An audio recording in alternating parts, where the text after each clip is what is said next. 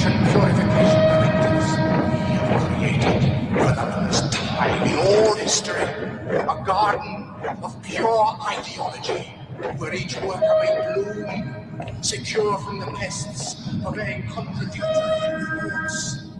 Our unification of thoughts is more powerful a weapon than any fleet or army on Earth. We are one people, one will, one resolve, one cause. Our enemies shall talk themselves to death, and we will bury them with their own confusion.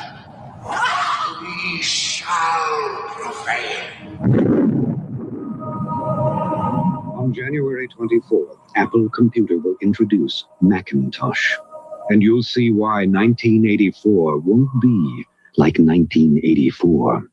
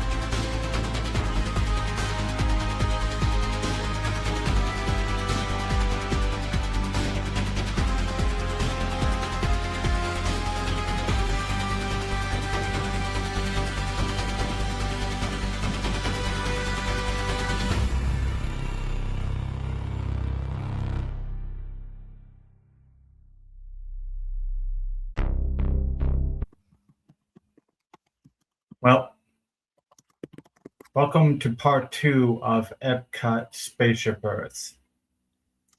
If you were able to tune in last time to Spaceship Earth, we had closed out the show on a note of I will be back to present a part 2. Depending on how the 23 had went. And sure enough, there was news about D23. Yes, sir, there was news.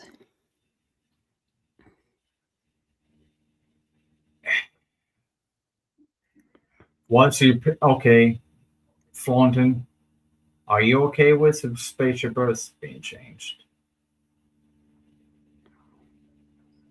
I am not. I am not. You don't have to agree with me. No, I don't have a no. I really mean it. Yeah, no, I'm giving my input, and I'm not because I am not sharing I'm going to share with the audience here. Kind of confirms the way I was feeling. As you can see right now, there's no background, and everything is dark. The mooding of this show is different from any other previous show. For now, I may turn back on the background, but it's just that kind of mood right now, people. But here's one that is even more drastic, and that is Spaceship Earth. It's the flagship attraction at Epcot. It's a huge thing. And it's difficult to change, and Disney's going to change it. Disney Parks blog reports a grand and miraculous refurbishment, Spaceship Earth to receive reimagining. Not a refurbishment, a reimagining. A reimagined Spaceship Earth will be coming to Epcot, bringing the attraction into the internet age and beyond. Now, folks, if you've ever done Spaceship Earth, you know that it's a time-traveling thing where it shows you the history of communication and thank the Phoenicians, and you go through Rome and all this stuff, right? Well, Neil Patrick Harris introduced us to Spaceship Earth being changed, and here's what it says. Before our ride vehicle turns around and takes us into the future, let's celebrate the legacy of Spaceship Earth, a groundbreaking attraction that has inspired guests for generations. It talks about what the ride is, and yes, it is a one-of-a-kind attraction in the world, and we should be very careful about changing it. But it says, like the attraction, the evolution of Spaceship Earth has been an exciting journey filled with chapters of progress, displays of ingenuity, and an endless future of invention. Here are the updates. It's time to invent the future. At the showcase, Ali revealed that a reimagined Spaceship Earth will be coming to Epcot, bringing the attraction into the internet age and beyond. What can you expect in the world of tomorrow? The ride currently tells the story of human communication, which, by the way, it's done since 1982.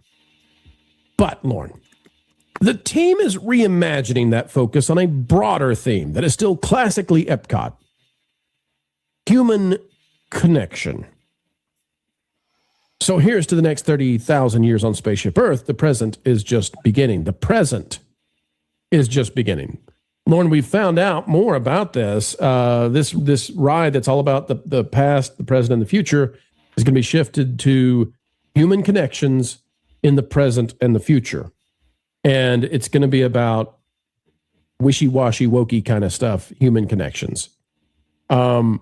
This is the classic attraction at Epcot. This is the one that you must be extremely careful with. And it sounds like they're going to change it to another modern message. Okay. Do we have real specifics or just vague feelings about what they're doing? Have they announced anything formally? We have talked to some folks about what it is they're up to, and they talked about in this that they are remaking it for a modern message, modern age, is how it's been described. The reason I'm asking the question the way I am is, are we talking about destruction of the nuclear family stuff? Or are we talking about, because they were originally talking about communication, are we dealing with things like Neuralink and stuff like that? No, neither, I think. I literally think this is going to be about human connections and relationships and, being more connected with civility and accepting people and that kind of stuff. Jeez. That kind of stuff. I would put some of that in the category of destruction of the nuclear family, because it's more of an it takes a village kind of thinking, where you're not really responsible for your family, the community is, which is something that I would tend to disagree with. But if that's the messaging that they want to go with, it's not terribly surprising. Yeah, so we've got three things here, Lauren, and all three things point towards this being a very, a company going right back into the divisiveness that semi-destroyed it, damaged it, put its stock in a bad place. And they seem to be doubling down, tripling down on all of that. So, Lauren, your thought on the broader narrative here, that Disney really doesn't seem afraid to go back to that again. And maybe they sense weakness in, the Trump administration. I don't know, but what do you make of it? How much they're going into this? I think it's risky for them to be trying to position themselves this way right now, because I think the midterms are so murky. I think you're right. They may be thinking that they will have the advantage coming up. But the thing that I would be thinking about is that I think our collective opinion prior to this, before Dana was taking a more active role, was that the shareholders were the ones that were applying pressure. And their stock price has been remaining pretty flat and hovering right around the $100 mark, give or take $2 or $3 either direction. If they don't get some pretty solid wins, besides the portion that they can draw from the Spider-Man movie, I would imagine those shareholders are going to start rattling some cages again. And if that happens, if their stock price drops, let's say $5, I think they better start reevaluating real quick again.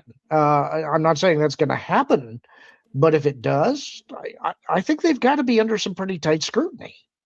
Yeah, now I want to say, you know, we like to call balls and strikes and be very fair. Not everything announced at D23 was negative, not by a long shot. There's lots of good stuff.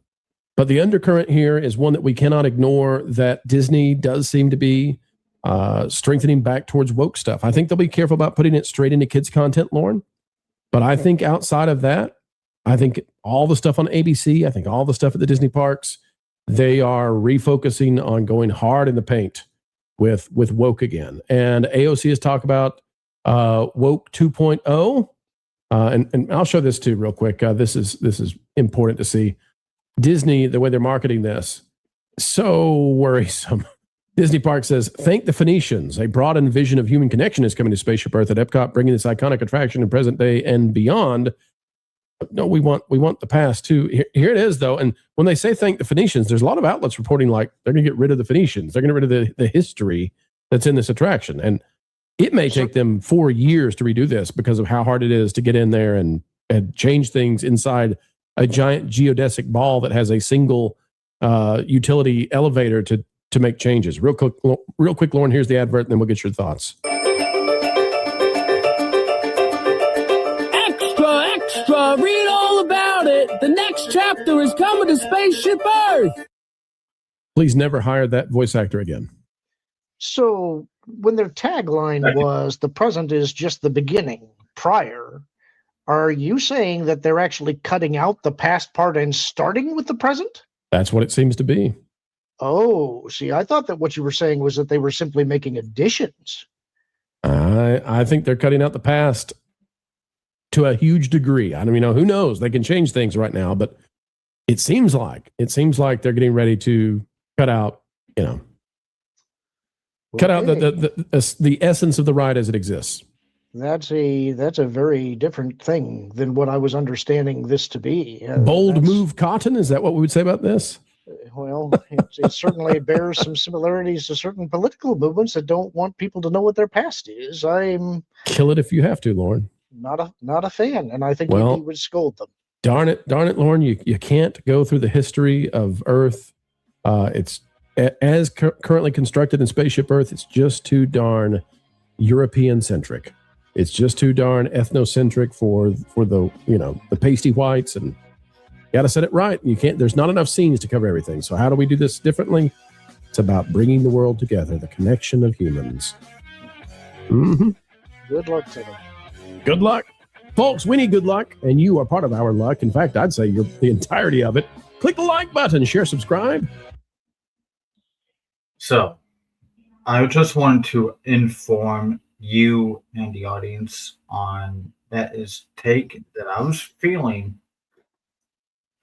when I was watching the live feed doing that D23, and you guys may say, well, they're just rewording the what it means to communicate, and I could just not along with you and Braylon. Well, it seems to me that when they say present and beyond, because what we think is we know that everything is in the past, and even the version of the future there, the version. I mean, well, the scene with the Earth, that's not the future, and that's not the present, that's not the future. That's showing Earth, okay. But I mean, the final scene before you see the girl with the boots, that's like a future from not in this present of especially especially the way she's dressed up, okay. But when they say present to future, I think it because we might thinking, oh, they're just gonna bring the future to the present, which is now. But the fact that they're saying beyond is we're gonna see what they're gonna have. They're definitely gonna have a scene or an extra portion that is beyond beyond beyond our present. If That's they how wanted that's how I to, see it, but yeah, it seems that Pro sees it another way. and I'm like in the same boat as Pro in ways because like it's kind of interesting how they do say present, not past, present, and future. They removed the past because what is I Spaceship Earth guess. now? But why would they Past, have to present, and future. why would they have to mention Why do they have to past? say present and future? Oh, why Explain. they say that? Because some people will think, oh, they're just gonna update the future portion so it meets the present, so it meets our present future, which means um, computer. No, it means FaceTime, for example. FaceTime is the present future that is not featured, Sure. or or even AI.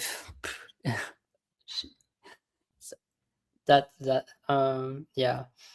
At the time of this recording, there is no exact date or reopening time frame to be yet finalized by Yeah, Disney. I actually saw someone who commented on this and saying that they were still waiting on the our shared story version. You know, that's this our shared story version. That was the story plot for the 2020 announcement one that never came that never came. And I think when it was called our shared story, that was more just like a refurb. They were gonna add the scenes were not gonna change, but it was maybe adding lighting and adding the wayfinder to Mhm. it. Yeah.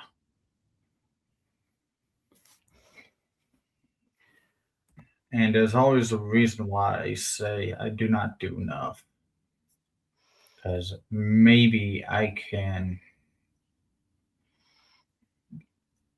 present something to influence minds. But, what does a non millionaire billionaire have to influence anything in whatsoever way? Nothing. We're nobodies. But we got to keep on trying. In numbers, we're forming a freaking army. And make a change that is possible. Um, so I see what you mean about the 2020 thing from October 11th, 2018, Epcot Spaceship Earth refurb 2-year closure. Let's click on that, I guess. It's the article. There's no article now.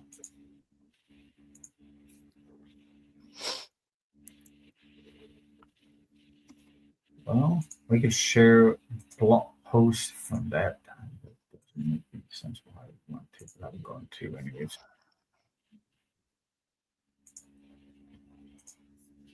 Well, since Thornton here mentioned about the previous time they attempted to close Spaceship Earth, is reporting Spaceship Earth will close in 2020 for 2 years to complete a refurb as part of a larger reimagining of Epcot. Now, since they've already done all that about Epcot, as you know, terrifyingly poorly, all the lights don't work, and everything just like uglified, rusty, and looks like a boring college campus park. Or you have any other better ways to put it For what? for what they did after 2019, 2020? About the reimagining of Epcot. Well, I think back then the reimagining was they did share some concept art, and one of those concept arts showed adding special blinking, like magical, I don't know, more lighting. So if you go back, if you ever see those concept arts, you'll understand what I'm trying to define here.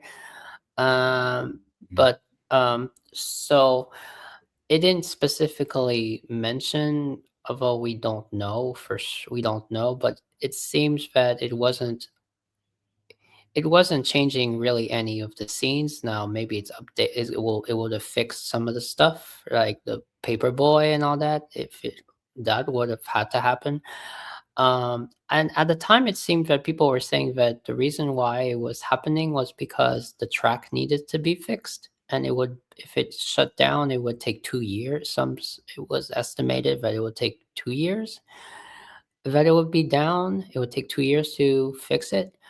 I don't know if that's the case now. They're not mentioning it that it's to do with the track. And I guess it seems that the track has been fixed by refurbishment, but I don't know. So I don't know at this point if the track was all a rumor, or it's something that they're just not going to do. And it seems that we just had some small touches of refurb. Now, yes, the most controversial thing, or the thing that kind of freaked us out, was Well, this they might were be gonna use an IP was gonna use the Wayfinder, and the Wayfinder is, we know the Wayfinder is from Moana, and no matter how you do it, if it was just a subtle reflection, project mapping of the Wayfinder as it guides you through different scenes, it seems that the Wayfinder was like a compass for guiding you to each scene. And at the preview center, they showcased the Spaceship Earth re-envision, and it was called Our Shared Story. And it showed faces of different people, different backgrounds, different ethnicities. So I don't know if now we don't have an image of that. Now it's different. So it's like I believe they are revisiting what they wanted to do previously, and it's like okay, so if we're going, Our Shared Story and Connections is pretty much the same, I guess. yeah, Mhm. exactly. They got the whole entire narrative. They fit it to which one side is discovery and the other side is what again? Oh yeah, nature. But if this was something that they were going to do, why do you think that, because now we are 2026, why didn't they pick it back up after, which I'm happy for that, because I wasn't a fan of it. And then when the shutdowns happened, and then, then It after sounds like that, they're trying to because they could have brought that back since 2021 or 2022 D23, but now we are 2026. So I don't need to know the reason why, but maybe because they had other projects. Maybe there was other more important projects. Mhm.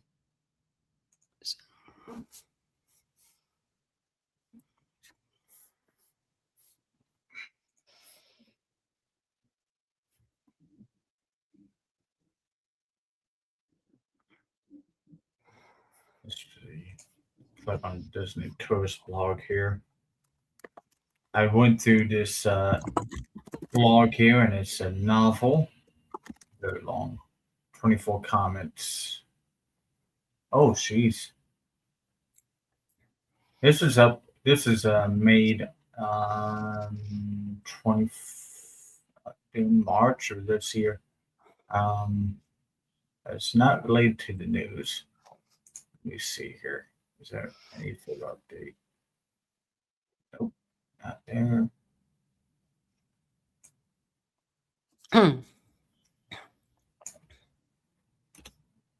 Just checking here for any further updates before going to anything here. Oh yeah. Ironically, it was down for a few days while D23 was happening. If you didn't know that, poor staff members were reenacting it. Kudos to them, though.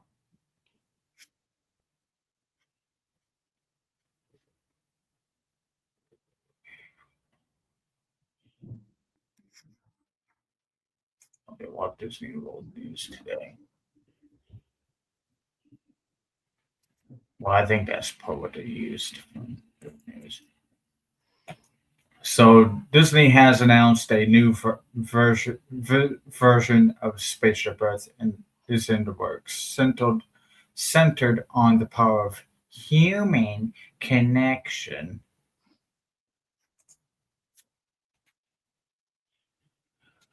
Spaceship Earth reimagining. Imagineer Ali Rubenstein.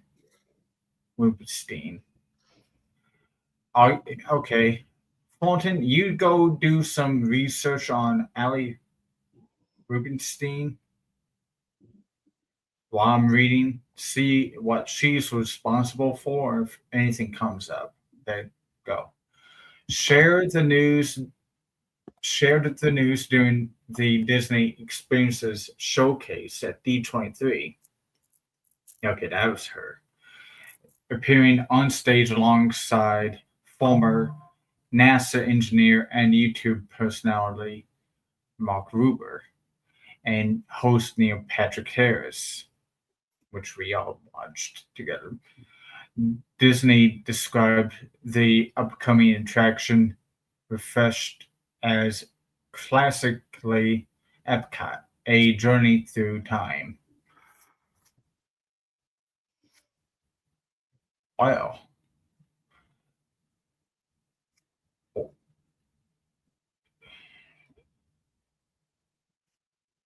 A journey through time. Now, that's the thing. It's like contradicting yourself when you say present and future when you exclude the past.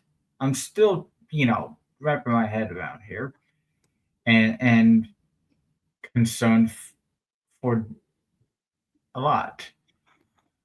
Celebrating the progress made possible through human connection, for the details about changes to divide scenes, narration, technology, and timeline were not announced. I mean, look what they are doing to. I know that they had to. Sometimes you have to update carousel progress, but they altered the whole entire carousel progress. That is just a reference point is what I'm trying to make here. What are they going to do? Are they just going to remove certain timelines of Spaceship Earth because it doesn't fit to what they want to show to us anymore? Spaceship Earth opened with Epcot on October 1st, 1982. The slow-moving dark ride traces the development of human communication, beginning with early cave paintings and continuing through major technological advances. Disney previously announced an extensive reimagining as Thornton had mentioned. Spaceship Earth, a shared story in 2018, but the project, which would require a May 26, 2020 closure, was delayed indefinitely following the COVID-19 closure. What do you hope to see in this attraction of the iconic Spaceship Earth? It's rather interesting that we see that it was not canceled indefinitely, but that's how the article is writing it, of course. Yeah, and it seems that when they mentioned delayed indefinitely, that's maybe it's giving the vibes that the same vibes that Avatar is. Avatar for DCA is delayed as well, as there seems to be moving focusing on Tomorrowland. That's an interesting take. And Mm-hmm. yes, and by the way, because the Monsters Inc. The ride, the Monsters Inc. ride that is in DCA, was supposed to close this year in January. There was a closing date for that attraction, but now since the delay of Avatar, there's news that attraction is going to remain open. Can you repeat that again? The Monsters Inc. DCA has a Monsters attraction, and that attraction was originally set to close, I believe, in 2026. It was probably January 2026, but then we heard nothing about it, and now that Avatar is delayed, there's articles about saying that the Monsters Inc. ride is going to remain open for now.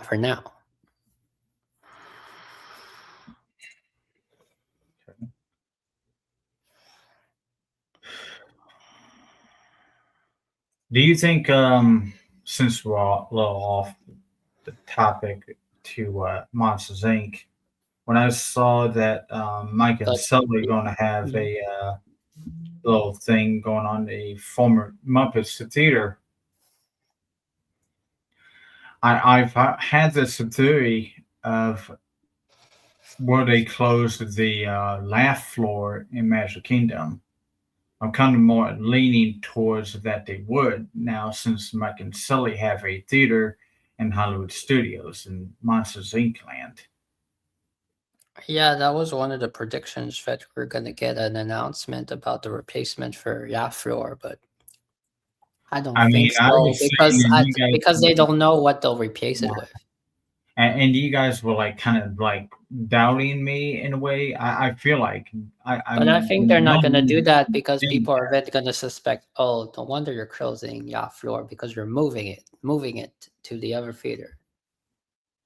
Yeah, I feel like I've been like the only one that was like kind of saying that. The whole, the group here and everyone else along online. So it's with a handful of people thinking of Laugh Floor was going to close, but it kind of more likely now it could be possible because they're going to Monsters Inc. land. But what could replace the Laugh Floor?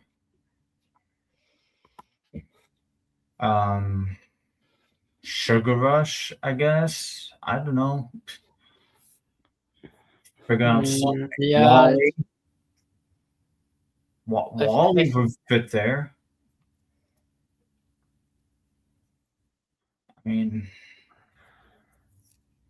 I mean, the Laugh Floor is one place that you don't need to be. I would personally say you can do a lot better attractions. You can go to better attractions versus going to Mike's Laugh Floor at Magic Kingdom. It's you have a better experience talking with Crush.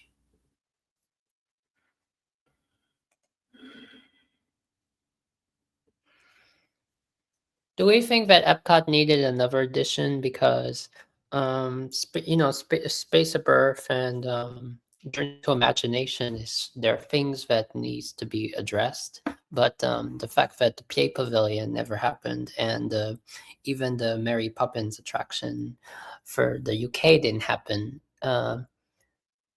even though we got the addition of the Ratatouille expansion and Guardians of the Galaxy doesn't count because Guardians of the Galaxy replaced the Universe of Energy. So would you say that Epcot needed an addition? This was rather unnecessary. All they Probably is unnecessary right now. Maybe for next D23. I can't spell right now.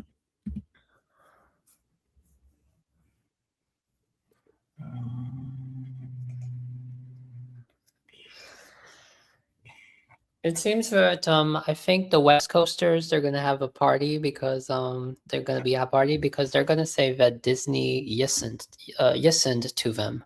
Because, and you know what? But for Disney World, I don't know. Once again, I don't know. It's just that I'm living closest, and you are living closest, and Braylon's living closest. For people who like Walt Disney World, what was the term that the people in Burbank referred to us? Oh, they are just redneck hillbillies, what they are. Don't listen.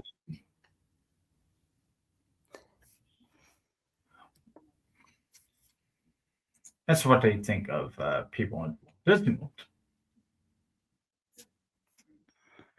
who like to visit Walt Disney World. And they're given special favor to Disneyland, which Disneyland deserved what it needed to get for Tomorrowland, but they did not detail what they're going to get in Tomorrowland. Are they going to just get some paint and call it a day? Are they going to? I've been trying to. I never presented this, but I said this out loud at least not once, but twice. Well, actually, yes, we they moved the Carousel Progress to the Carousel building. If you do that, you know what? You could just announce the people moving to the next D23 for Disneyland Tomorrowland, because you moved the Carousel Progress to the Carousel Progress in Disneyland. You know what? I'm happy for you. Do we think the reason why Tomorrowland is being pushed is because of Japan? Because Japan with their whole new Tomorrowland and their whole new Space Mountain. You know how much that Space Mountain costs, right? Yeah, it's like $1 billion something. I had something. I was thinking it was $1 billion, but they only said it was $600 million. Still a good chunk of change, don't you think? But it looks really good. There was some artwork of what that would look like. The queue line area. Oh my goodness! Did you see that from Japan? Some extra images from Japan. It looked wild what they were doing, like studying inside the building and whatnot.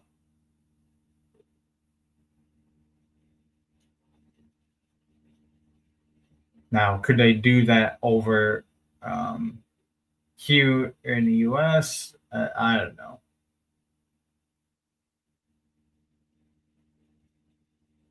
I mean, especially when you have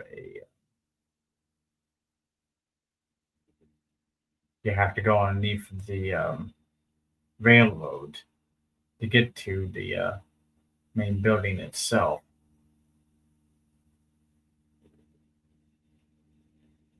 But sometimes it's best to wait till you have a prompt right in front of you, like I have right now, to direct them where to go.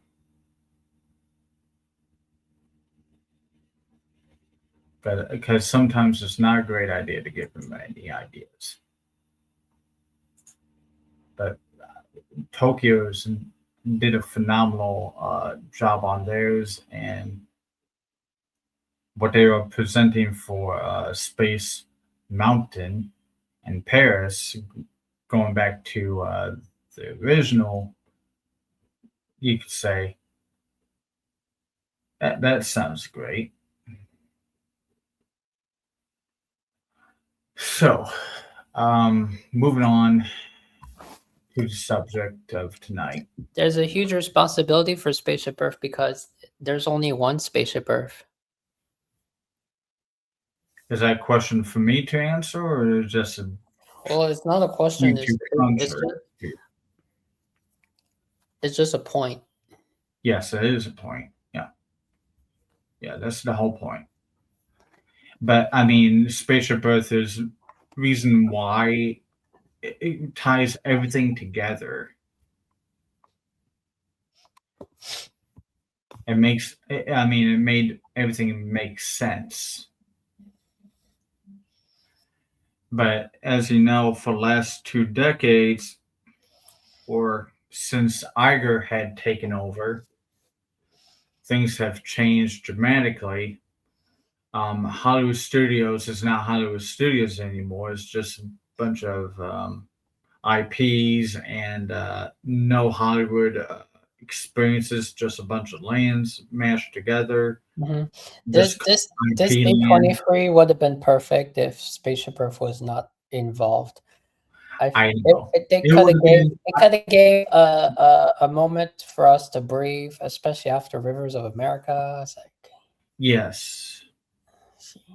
You guys could have told me everything else, and you could have just said, we got a new sponsor for Spaceship Earth. A lot of people predicted that A lot of people predicted that it was Magic Kingdom's Space Mountain that was going to get some help. Magic Kingdom's Space Mountain is rough, so. Well, I'm sure Disneyland's Space Mountain is getting rough too, and maybe they left that out of the Tomorrowland plan. Watch out.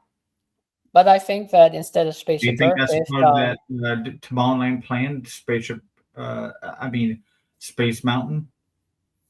No, I was going to say, if instead of Space Mountain, you announced Japan gets a new Space Mountain, Paris is getting the Space Mountain to the original form. Tokyo's going to open theirs next year. I know, but they announced it, so it's kind of a combo. Yeah. Back to what I was saying, if Japan is getting their new Space Mountain, and then Paris is getting announced that it's going back to its original form, and then you got Tomorrowland and Disneyland, for which they did not announce what it was, if Space Mountain is involved or not. But at the same time, Magic Kingdom, you do something to Space Mountain, then everybody will be happy, because it would be a whole Space Mountain update for everyone, for all the coasts.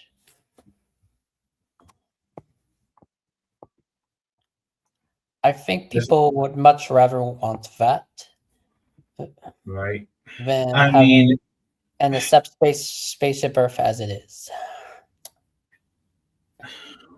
Are they going to turn Spaceship Earth into Splash, Broccoli Mountain? I mean, I mean to say Broccoli Mountain, Tiana's Smelly Bayou Ventures. It You probably said is. you said if they're turning Space Mountain into Brocky Mountain.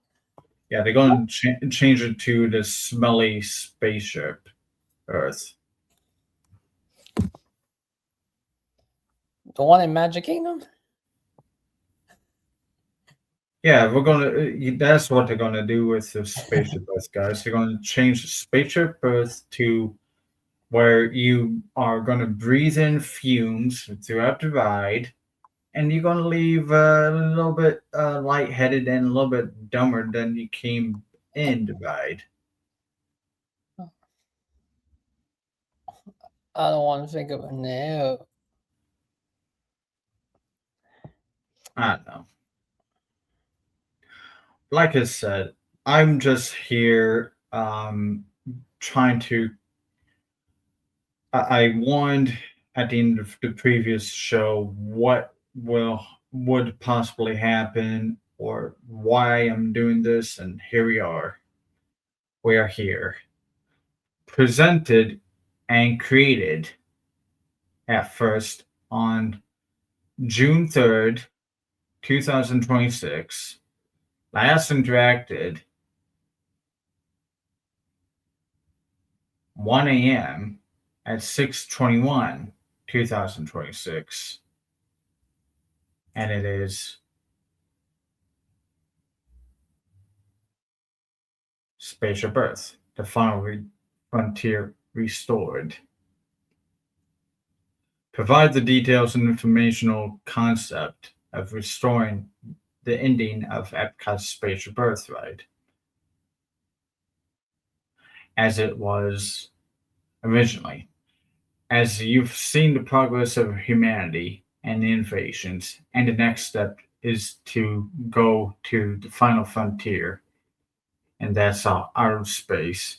Restore and install a feeling that your ride vehicle is traveling through an actual space station as the ride vehicle descends slowly back down. Screens will be above and be on either side of your vehicle to simulate outer space. Somewhere as descending, there will be a scene of the future life house and animatronic humans, the parents and children, pets. It's night, and in foreground is a glowing silhouette of a large-scale recreation of the skyline of Progress City. The interactive screens on the ride Omni Movers will display new destinations for guests to choose for their ideal future life and travels. That's how I would have done that. That's what I figure what should have been rather announced or something at the D23 versus making it sound like you're going to get the whole ride, and they probably will because nothing is sacred and they think they know best. They are so oblivious to what they think is great. Because I thought it was a great idea to, retheme it to Tiana's. They're gonna tell you that they have shape. There is space language. Space language. That's right. Yeah. Thank you, Thornton. Next time we are going to talk about Spaceship Earth, I'm going to refer to what they were talking at D23 as space language. Thank you. Thank you. I think Braylon will not be annoyed or impressed. No shade to him because he is our brother, and So what is Brian's response to the Spaceship Earth? I think everything's hunky dory. I mean, I can hunky dory. I can drop the link to him right now. Hold No, on. because it felt like you said that he was opposite of what Pro said. Am I correct? Or I was just wondering if he was going to be having a difference in opinion. So I was like hesitant about group dropping the link, but let me drop it. More kid-friendly rides. Disney said we're doing it in Coco too, and Free Adventure. And again, while there wasn't necessarily groundbreaking news, at least during most of the panel, the carousel of progress, they were showing us progress. There's a name for Indiana Jones, more details. Got a ton more details at the two villains rides. There's a boat ride, and then there's a Maleficent roller coaster. Fans have been asking, is it in these boats? Okay, it said come in now in the group chat. So is there any word from Mousehits about Spaceship Earth? Oh, she says like it was needed, like everyone else was saying, of course. I mean, I get it. It was going to have to be updated, but I mean, when you say, yeah, but when we say it's needed, I guess it's needed for like broken animatronics, fixing the technology at the end. So your movie gets they're supposed to fix it so you can tap your, well, they don't want to go with Magic Band anymore, but you can tap your Magic Band or your park card, and then your movie is already actually no, scan your My Disney app something, so then your movie is directly on your My Disney Experience album. Yeah, and was that always that way originally that you could? No, it never was. Never was. That's ridiculous. It's you have to go to a touch screen and then you got to type your email. You have to find your thing, find your image, and then you have to type your email. But there's 50% chance that it's broken, and 50% chance you get it or you don't. Half the vehicles when we were there weren't having working screens at all. I don't remember if our screen was working at all either. So I think they might have been just all turned off. Then again, I don't know what you had. So as you've heard me read on through this, that's what I would have at least done for Spaceship Earth, and I mean that's all I needed for at least at first. There's further things I added to this ride along the line. So here's a detailed concept proposal for restoring and reimagining the descent of Epcot's Spaceship Earth, bringing back the awe-inspiring retro-futurism of the original ride while seamlessly integrating modern technology. Concept proposal is called Spaceship Earth, the Final Frontier Restored. The tagline of the project: the next step in your journey isn't on Earth, it's in the stars. The transition: entering the final frontier. As the ride vehicle clears the final historic scene, and let me know if Braylon comes in.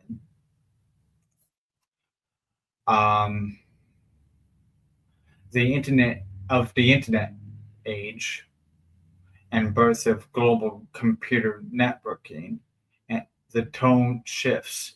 The narrator notes that having connected our entire planet, humanity's next logical step is to look upward. The atmosphere, the warm sepatones of history give way to deep cosmic blues, purples, and shimmering starlight.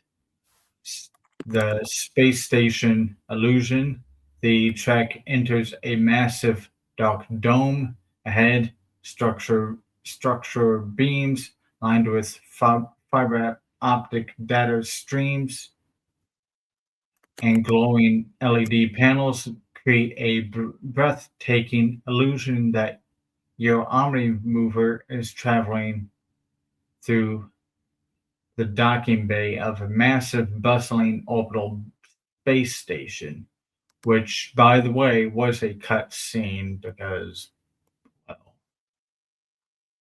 the illusion didn't seem to work.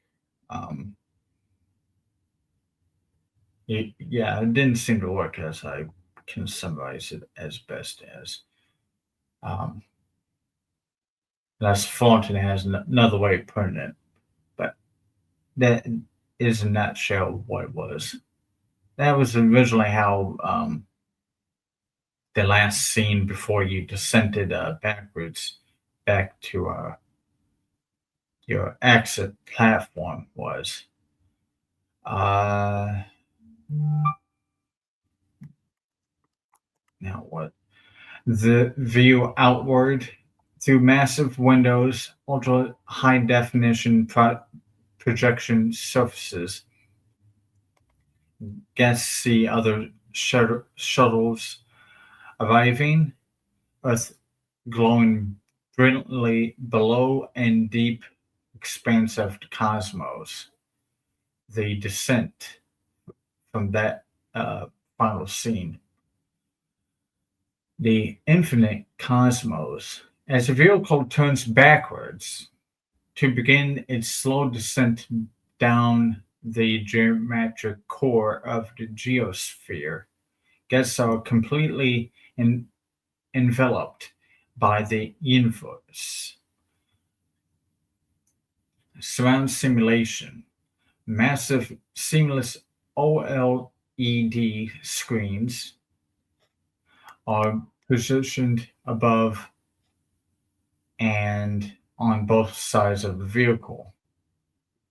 The effect: the physical track seems to disappear. The screens simulate a slow drifting descent through outer space. Nebula clouds float by, distant stars twinkle, and faint majestic hum of the universe fills the audio matrix. The feeling is one of weightlessness, serene, and exploration. By the way, have you found any information about that person I had mentioned about? Yes, Ali Rubinstein. Okay, tell me what she is responsible for. So Ali Rubinstein is a highly accomplished executive producer and creative leader in the themed entertainment and immersive arts industries. She currently serves as the Senior Vice President, Global Creative and Development Studios at Walt Disney Imagineering, WDI. Would you like to know some background education? I guess. No, that's. You don't need the education. No. You skip the education part. I'll go to Disney career and key projects. Yeah. Rubinstein has spent over 25 years with the Walt Disney Company across multiple major tenors. Shanghai Disneyland Castle, served as executive creator, director, and executive producer for the Enchanted Storybook Castle at Shanghai Disneyland, managing its design and creation from the ground up. Asia region portfolio oversaw creative development and execution for the Hong Kong and Shanghai Disney resorts as executive producer for Disney's Asia region. And recent major announcements: yes, D23 Expo 2026 at the August 2026 D23 event. Rubinstein took the stage alongside YouTuber Mark Rober to announce a massive reimagining of Spaceship Earth at Epcot, bringing the iconic attraction into the internet age. She also presented upcoming space-mounted updates for Tokyo and Paris. So basically, let's see. Her career spans over 3 decades across theatrical set design, major film productions, Disney theme parks, avant-garde immersive art installations. So basically, her initial 22-year tenure at Disney was she ranks from a local designer to regional executive. Year oversaw massive international resort footprints. Um,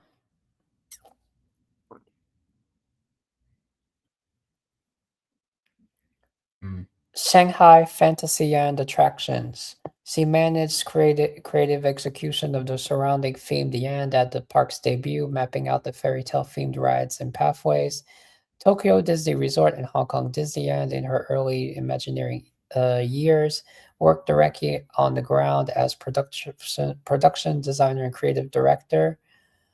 And yeah, her crowning achievement is the Enchanted Storybook Castle, Shanghai Disneyland, from as the executive creative director, executive producer. She oversaw the concept design and the ground-up construction of the largest and tallest and most interactive castle ever built in a Disney park. So that's that. Okay. I'm not sure if there was any YouTube videos about that castle, whatnot, inside, because it's China, you know. But okay. Well, it's always good to know about who is in charge of these projects and stuff, because you what you see is what you get, and as the Magic Mirror has said before. Okay. What you see is what you get, but like, yeah, maybe how it's built and maybe how the thing is how it's built can be incredible, but then you have to deal. But then on the other stake is the messaging. Yes, exactly. That is the thing that is bothering me the most about like the messaging. I mean, you just saw at the opening of the show is practically the feelings of that I was feeling that night at D23 when they announced it live, and it's like got this pit in my stomach feeling of like, what do you mean? It's like, I mean, you already did this to you wanted to establish what is the carousel progress by giving new decades, but I mean, different story, different perspectives. I mean, you got the wife telling the storyline, and the main character that was the main character before being a side character here and there. In that concept work that you saw at the which was also mentioned in the recording I just showed you from Pro Show, but since we were talking about the main subject is Spaceship Earth, we'll skip to it. But they trying to rewrite what Carousel Progress is, and trying to rewrite what Frontierland is. I mean, this is trying to rewrite what a Frontierland is basically another reason why I'm right here freaking reading this prompt as probably going to go on for several hours, unfortunately. But somebody has to do it. I will be the one, as I said to in a chat once today, that I probably won't make a difference, but I can go at least to say that I tried my best versus never trying. The climax,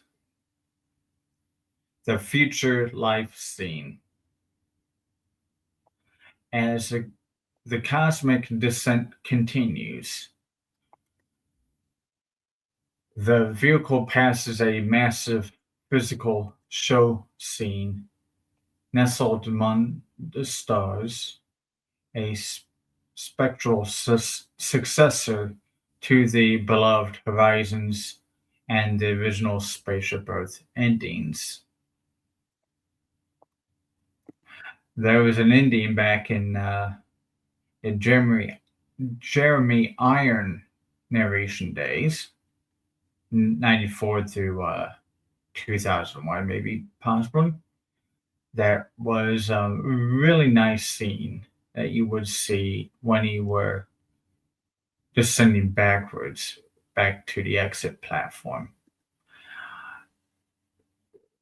I will show you that scene later on. The setting is an orbital habited home. Guests look into beautifully designed retro futuristic future life house situated on a space colony. It is nighttime inside the living space of the home. The animatronics, or as figured as Pepper's ghost effects, were being utilized when they were shown this scene in 1994 through early 2000. Is a fully realized next generation audio animatronic family seen relaxing. The parents are, one is looking over star charts on a holographic tablet. The other is looking out the window. The children, a brother and sister, are playing with a floating magnetic orbital game.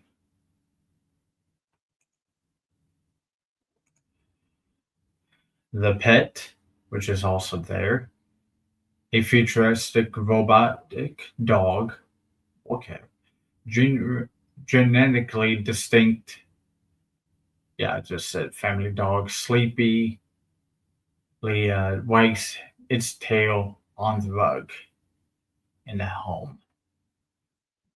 In the backdrop is the Progress City skyline.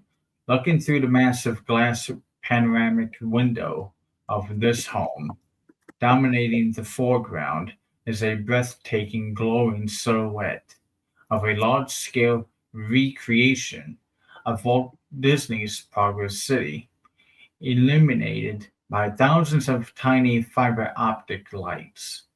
The sprawling utopian skyline features moving people movers and glowing transit lines, providing the ideals of the past,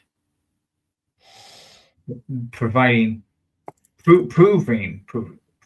that the ideals of the past have become the reality of the future.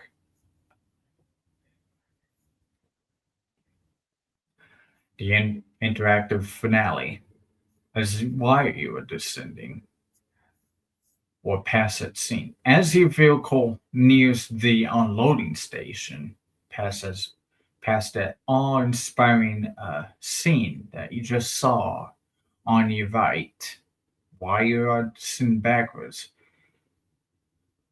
the interactive screens on your Omni Mover headrests on the front, in front of you, possibly, which have been dark during the awe-inspiring space descent, light up with a vibrant new interface. Now now that we've seen where we've been and where we are going, where are you? Well, where will you take us next? Guests are prompted to customize their own idea of future life and travels from a series of choices. Choose your habitat: a deep space colony, bustling subterranean lunar city, or a floating eco micro metropolis on Earth. A floating eco metropolis on Earth. Choose your profession: exobiologist, deep space pilot, terraforming engineer, or galactic historian. Choose your vacation: a solar sailing cruise past the rings of Saturn, or a retro camping trip in a preserved Earth National Park. As the guests step off the ride into Project Tomorrow, if it wants to be still called Project Tomorrow, a massive main screen displays a real-time global map showing where each person of their vehicle chooses to build their future. Chooses to build their future. So if you want to know how much it would be to put that all together, to bring the high concept blue sky finale like that to life inside Spaceship Earth, Walt Disney Imagineering would look at major structure and technological overhaul, because Disney does not publicly itemize specific scene costs. We have to project the budget based on standard industry metrics for theme park engineering, modern show control systems, and next generation audio animatronics, or the double A's. A realistic estimation to complete just this descent and final scene restoration ranges from $45 million to $75 million. Here is how that budget breaks down across the core components of that project. The structure, retrofitting, and cosmic media matrix. Estimated cost $20 to $30 million.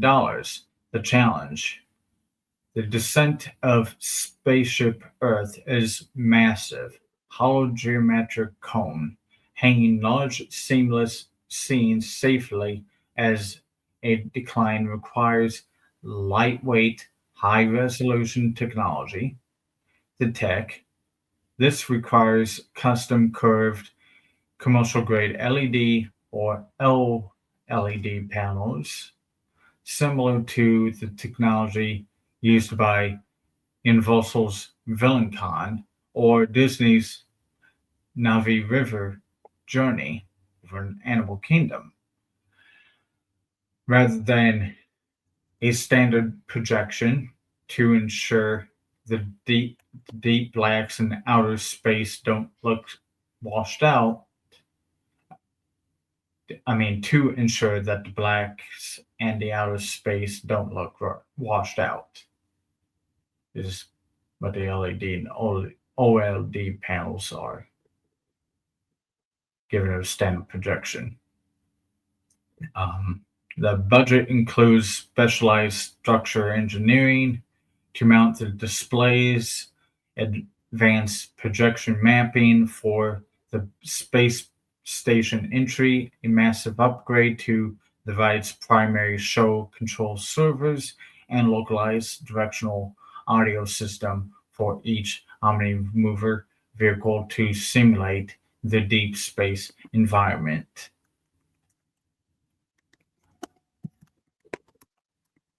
And then you get to the second part of the budget, And that alone was the part one of what was described as the transition entering the final frontier. Maybe also infinite cosmos. Number two, the future lifehouse and next generation animatronics. Cost of that will be ranging from 15 or to $25 million estimated cost. The challenge, high fidelity animatronics are the most expensive physical asset in modern theme entertainment. The figures are a standard Fluid A1000 audio animatronic like those used in Star Wars Rise of Resistance, or let's cross out Tiana's value because none of them work. Costs anywhere from $2 million to $5 million per figure to design, program, and manufacture.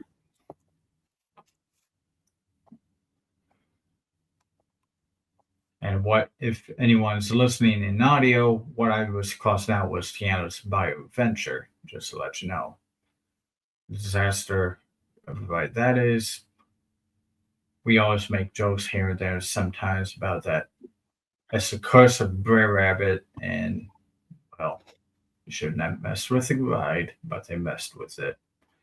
That's what you get. 4 premium humanoid figures, parents and children, featuring realistic electric actuator,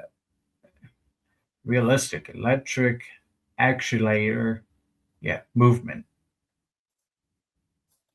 Actuator, movement. I'm just following the space, the word continued on and continued bomb, just one match together. The one styled pet animatronic, a full set design, retro futuristic architectural fabrication, and stylized nighttime interior theatrical lighting.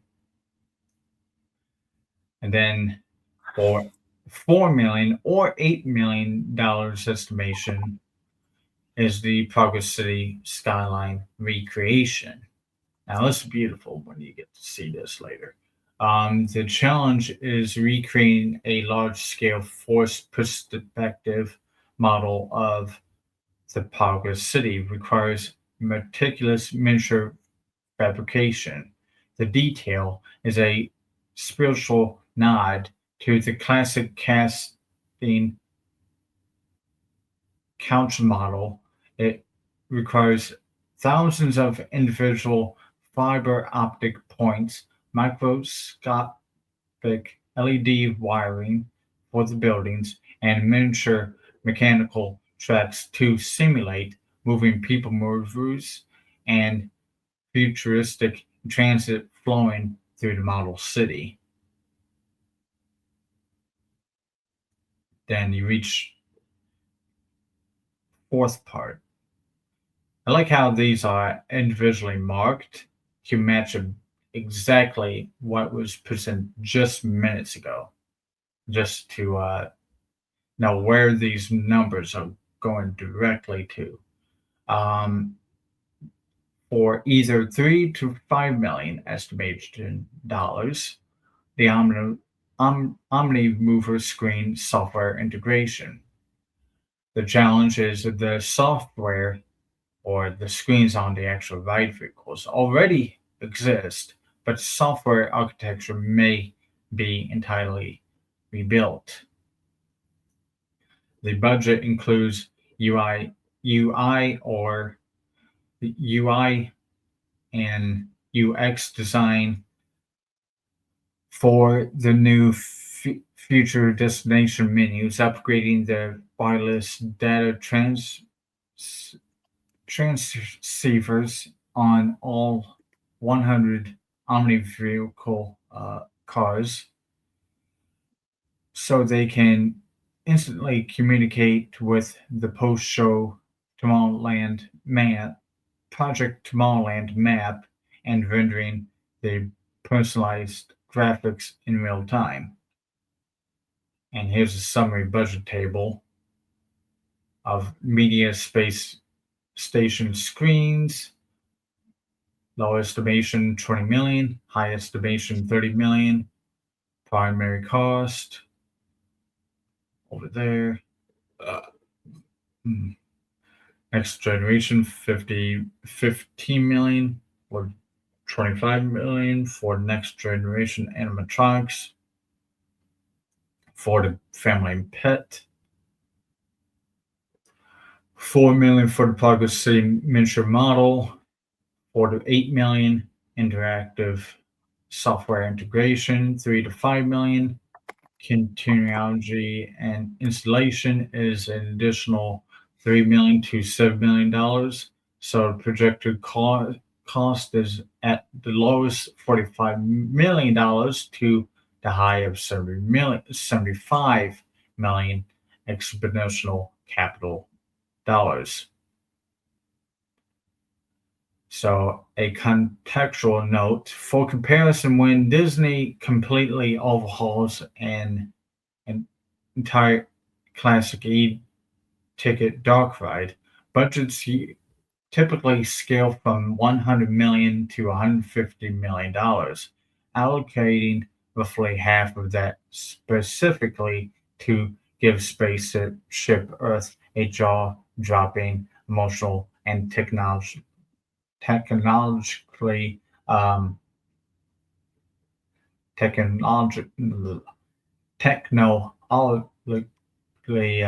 flawless 4-minute finale would be a massive statement piece for the park. But I'm actually under what seems so far. Provide the informational timeline of starting from the year let's say, I'm always using the year 2030 just to see how long it takes.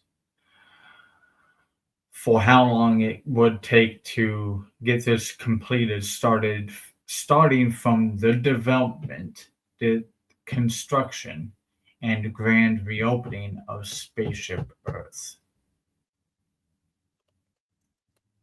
So like as an example, when that was announced, when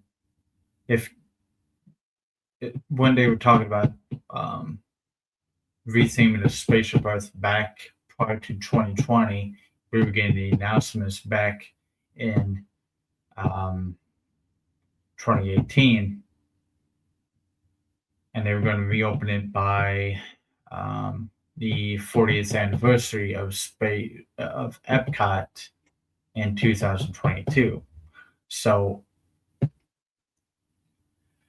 it's going to take 3 to 4 years.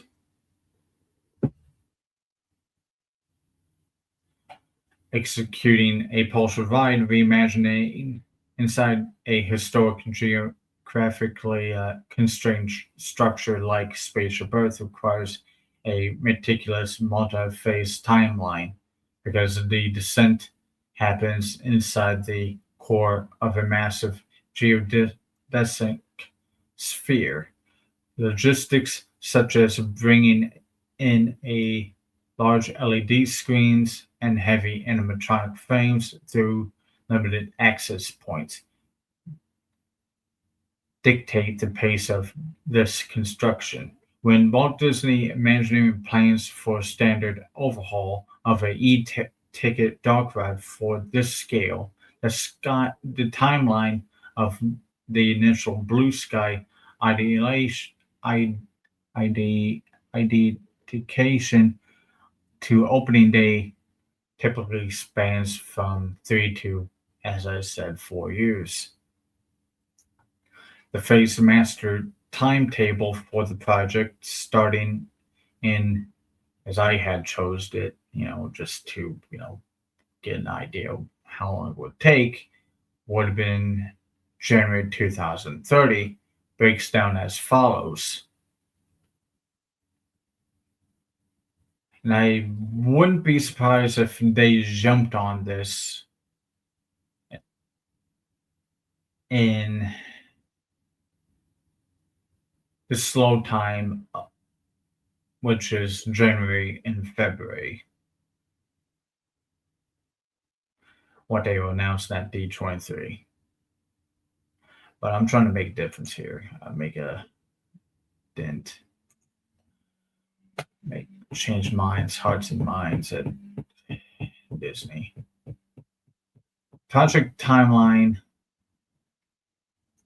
of this all of Spaceship Earth Descent Reimagining is that phase 1 development and pre-production of that one said year 2030. This phase takes place entirely behind the scenes. The ride remains open to the guests. First quarter to second quarter of 2030 is blue sky and concept design, finalizing scripts and new narration sequences, drafting structural blueprints for the space station set pieces and the curved screen infrastructure inside the sphere, which will be probably really cool. Quarter 3 through 4, pre-show production and fabrication, media production, CGI rendering of the ultra high definition outer space descent sequence begins. The animatronic build. Imagineering's California workshops begin fabricating the 4 A1000 electric actuator human figures and futuristic pets. Miniature modeling artisans. Miniature modeling is referring to Progress City. The artisans begin handcrafting the forced perspective of Progress City skyline model, wiring thousands of individual fiber optic lines, such as like people movers or illusions of people movers move around and other things move around, possibly even hovering cars. Phase 2, structured preparation at start of 2031 and pre-wiring. The ride remains open to guests during the day with critical infrastructure work happening overnight. The software and hardware engineering coding the new computer interface of the OmniMover headrest screens, or the screens right in front of you as you sit down. The testing and wireless synchronization network to ensure 100 vehicles can smoothly map individual guest choices to post-show area simultaneously. Then we get to the quarter 3 and 4 of that year of 2031 of on-site construction crews use late night third shift after park close to install secondary structures, support beams, and electrical conduit lines on the upper descent cone of this building. This ensures that when the ride does close, physical installation can happen immediately. Phase 3. Reconstruction closure.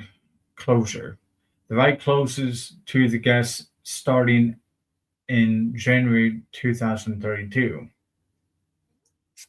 Major construction begins inside the geosphere, such as January through March of 2032. Ride shutdown demolition of areas of the ending scene. The ride formally closes after New Year's Day. It's a holiday rush. Crews construct massive internal scaffolding networks along the descent track. Scaffolding networks along the massive. Yes, I said that. The existing 2008 dark descent elements, projection screens, and dated matrix lighting are completely stripped out.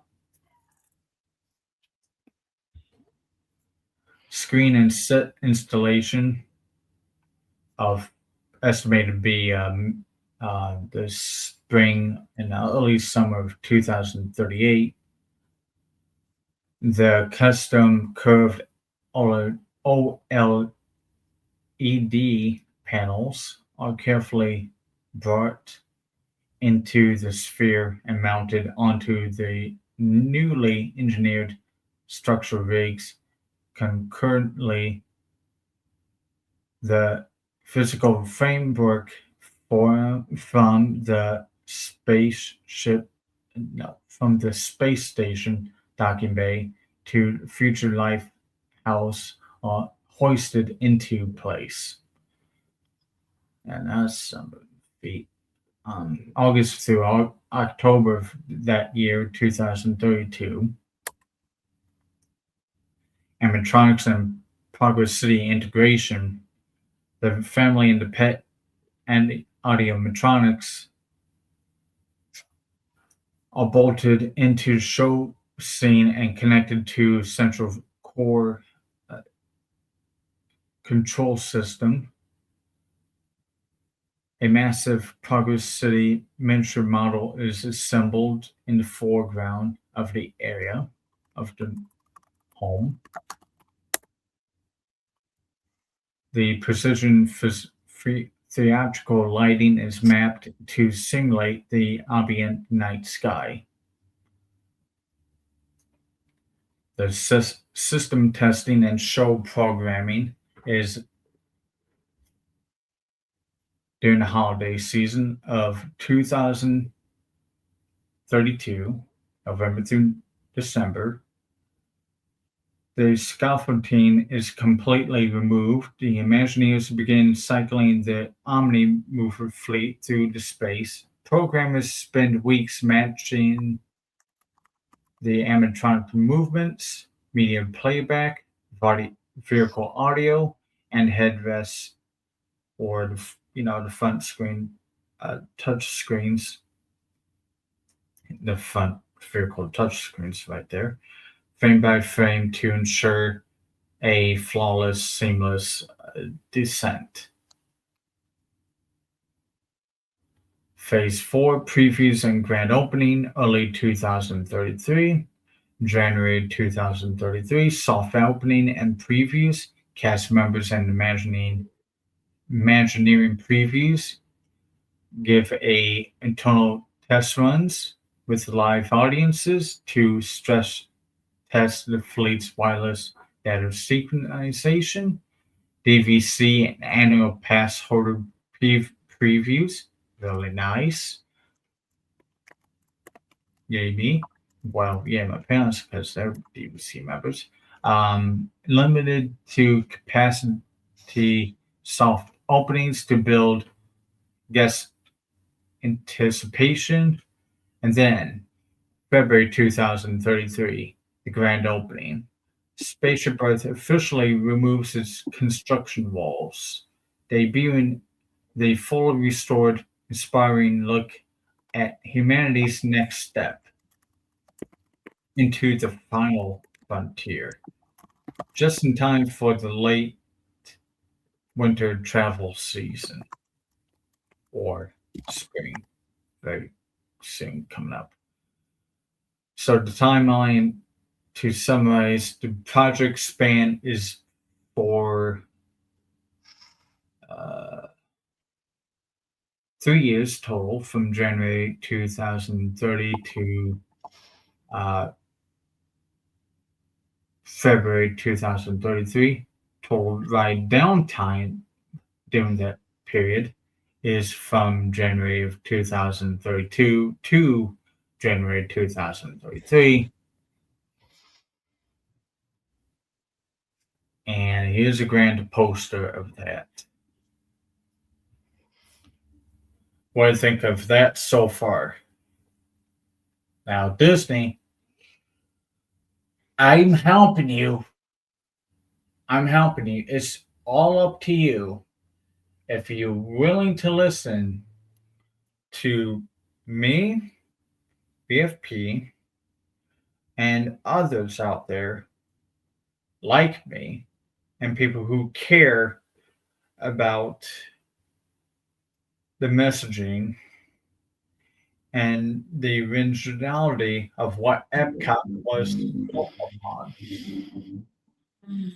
Thornton, you got any takes to add as we look at this beautiful poster right here that I created, where Spaceship Earth, grand opening, February, Valentine's Day, 2033. For the law, you could say it's for the love of the world or love of the universe, as we are going to the future. Our epic journey through time continues. Anything you want to add? That is a beautiful poster. I would love to hang that. You could use it. I was thinking if you could use it, you can use that as a background. Right. Oh, wallpaper. Yeah, it's stunning. Yeah, definitely. But any thoughts before I go to the next part? No. Is there anything you would like my input on? Any input you want to give? What about this version? Yeah, about what I've presented so far. Which I did promise the audience that I was going to show them a something here. Give me a moment. Before I present a video, as I had mentioned, Thornton just pulled up this. Let me get this on the big screen here. This creative post made by Disney Tips with Disney Dad, which we are a fan of because it makes really a cool post, whether it's any subject, which is for over an attraction or a whole anything you name it, a whole list of dining locations for a whole park and anything. But so he made one for the Spaceship Earth announcement. And you care to read the comments? Sure. Flick 73 says, well, clearly I need to go and film the entire things or the entire attraction, what he's supposed to say, before it changes for the worse. Exactly. My feeling exactly of why I'm doing this show. And I may have to do part 3 of like further ideas I want to make. Something tells me that this attraction will be the most filmed. Yes, it's going to be. I mean, here we go, folks. I mean, why I'm not the only one who feels like they're going to try to screw it up and ruin the message further of Epcot and ruin the attractions that were at Disney, you know, and were carrying Walt's legacy in. Further things to like who's Walt? Forget about that guy. He was he's an old guy from a long time ago. That's basically the sentiment of across the people working at Disney and Imagineering. Am I too crude to say that? Yes and no, but I lean that is kind of where we are at today. Did they say when it was refurbishing No, not yet. Please be after July next year. Oh, you skipped the second one. We have a good. Gotta remove the historical facts and replace with IP garbage. Yeah, let me guess. Gotta remove and got. Let me guess. Says Philly sub 1. Let me guess. Gonna remove all the historical facts and replace with IP garbage. Yeah. Yeah, it's gonna be Ohana means family section. I'm not to throw them into the underneath the bus. Is that the IP that has the most they're human gonna have a little connection? section. Imagine they're gonna have a little section like little communication from space alien to Earthling. I mean, I mean that should be just a ride, not in Spaceship Earth. Come on. Or do we think Wally is the most human connection? And then you got then you have a stage section for Wally. You don't belong there. You get a ride at least. Or how about Baymax connecting with? And then you have another area where the Baymax shows up in another stage. Like, I take care of people. I like hugs or whatever. I have human connection. I got blooming connections. And then you have Olaf, who's connected to snow furries. He's connected to Anna and Elsa.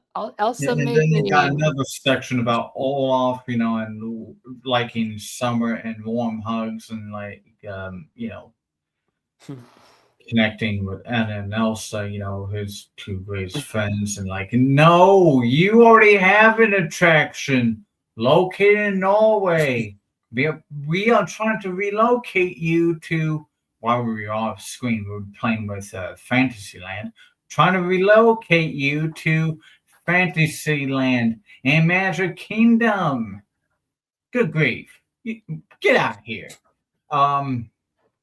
Or even worse, they'll throw in the Turning Red. Oh gosh. Or straight. No, I'm not going to bring it up. I mean, the connect. Oh no! What about that? What about that recent one that Hopper's connection of being an animal? Yes. We had to communicate with animals through the lens of Hoppers. But that didn't make a profit. The way you say communicate with animals, remember, as a thornberry communicates with animals. Snakes can communicate with animals, but hoppers. Good grief. Much love to Snakes, by the way. Snakes as well, who is a legend on this channel. I think it's time that Snakes starts to rant about 20. Yeah, I did. I did have a speech made from Snix when he saw that. Well, Snix was a helping hand. But good grief. Especially Snix had to respond when the person said that, I need a recording of Grok, tonight maybe. See what happens. When Snix had to respond when they said for the Morocco pavilion that because they had to make the side lines from Swan and Dolphin, and those are right. Well, the Swan and Dolphin is not behind Morocco. That's the Hollywood Tower. Swan and Dolphin is basically more behind the Eiffel Tower in France at certain angles. At the opening of the first scene you see on Spaceship Earth, because that's what's going to be, IP slop. Even though this is never represented. Can you imagine since Disney owns The Simpsons and welcome The Simpsons. Yeah, and then you got Simpsons somehow in here because okay. Joe, get over here. Why you little?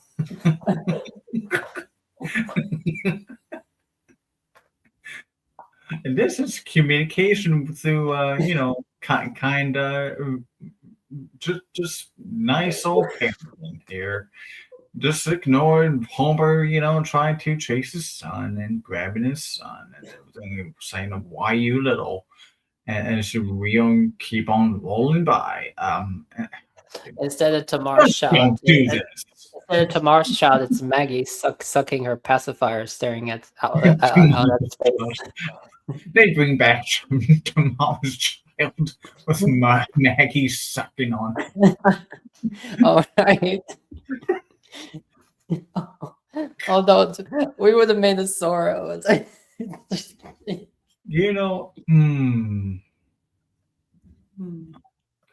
Gosh. Oh my goodness gracious. Yes, so. But this we're laughing here, but I'm also like wanting to yell and scream and cry at the same time because this is not funny at all. Because that's what's going to happen. I'm also gonna say since you're reading about the updates, I'm like, why are you doing this? Is there any other comments here that are saying like, why are you doing this? Well, the comments are helping though. No, that's all the comments for here. I'm sure that's probably good enough because it's going to be further information in a week or two now. Brief. So hold on. We're not gonna read. Yes. Need to see if Brian can pick that up. Yeah. Yes, indeed. On with the show, guys.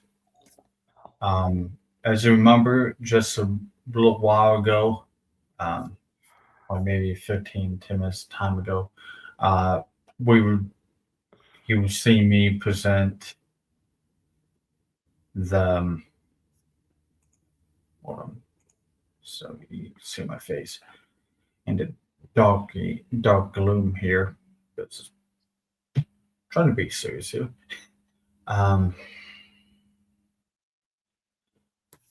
About how I was going to change Spaceship Earth versus what you heard at the beginning of the show. How they want to gut the whole entire narrative, allegedly, and whatnot and such. Maybe next time in a part 3. I didn't plan for a part 3. I started this show as a part 4, like finish it all, but wait, this recording is going. It's going to have to be a part 3, where possibly we have Brandon up here to have a little friendly debate of see if he can say how the Spaceship Earth series, unless you want to comment, sir, may influence the theming of the refurb that is coming to Spaceship Earth. You want to take a crack at it, Flaunton? Maybe a little bit, if you can. What am I doing? You want to take a crack at? I was thinking about this as well today. What my gut feelings and like fears were about like for this attraction. I was also thinking to myself, if the show or that is called Spaceship Earth, that's going to be on what, Disney Plus. is going to influence this attraction while they are refurbing it. Yeah, I think it's possible. And even if it's not, it might have some elements, and it might, it might. Another thing that, who knows if the narrator will be the narrator for the attraction. Mm-hmm. And by the way, I do have a lot more in this. But I will debunk that idea because that's not what I am not pitching this. Yeah, I know. I'm just have these questions that I want to know the answers to. And there's people who want answers. I don't want answers. I just want to know what I'm up against. And I'm also trying to change their minds and people's minds over there. Even though they are, as our main song in previous episodes, which were only played fully once only, where there's a line saying in the lyrics. You should be pitching your idea of saving the attraction, or your idea of the best way to respect the attraction. Well, I just did that. You just did that, but we should never. I just did a little bit. We should never speak about what they might do. Well, I'm sorry. I mean, we not that they would make any difference, though. I know. I if I had $1 million right now, I mean, I guarantee you, I'm legitimately going to say this on the big screen.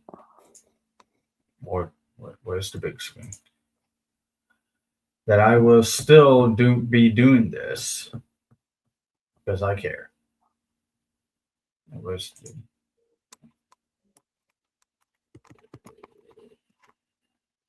I would still be doing this. I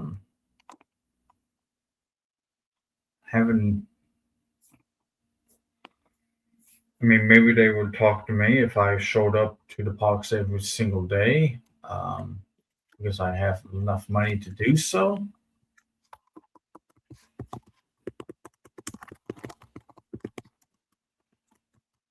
I can email them and they'd be like, ha ha ha, he emailed us again. Remember that guy who emailed us about Rivers of America and he threatened about not coming back again? Oh yeah, that guy.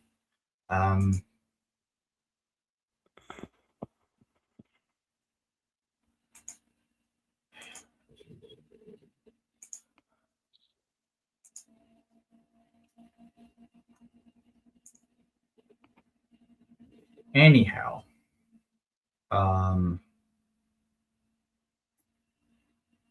had mentioned about, to refresh everyone's memory, as I mentioned earlier, I just showed you what could be done for the closing act of the journey to the history of our Earth through communication,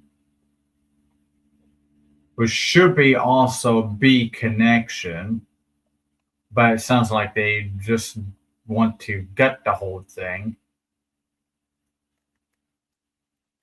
I just, that's the thing. Communication or connection sounds the same to me, but they treat it as two separate things, and that's giving them a reason to gut the whole thing.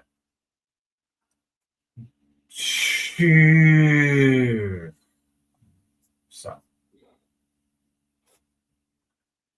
I hope Disney at least saw this part and is like, okay, this guy who actually, by the way, I've been to the park for 13 times. My parents has been to the parks probably 17 times. And all of us in family are, have been pretty really, really loyal fans of Disney. Just something to consider when you're making your decisions. But, as one person also said in a YouTube blog, they like to cater to the people who only visit the parks every 20 years, or that one-time visitor only, which was actually quoted on several YouTube channels now. We got comms. So.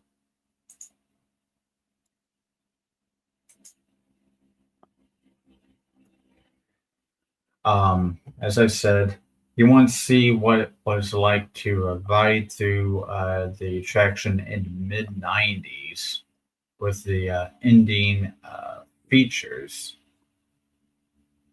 of the attraction.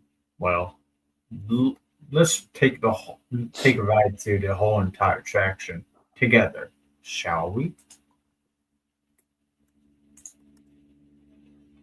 Join me, won't you?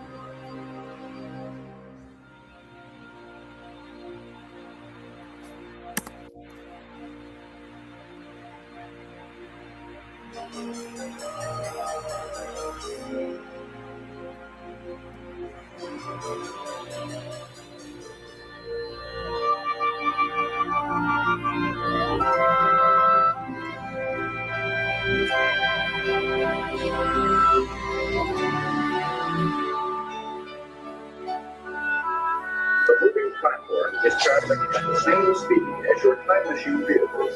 Please take small children by the hand, look down, and watch your steps onto the platform.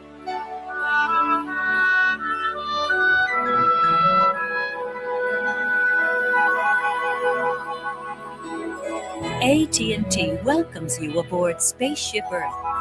Journey with us now to the dawn of recorded time as we explore the amazing story of human communication. Proclaim the state of Israel.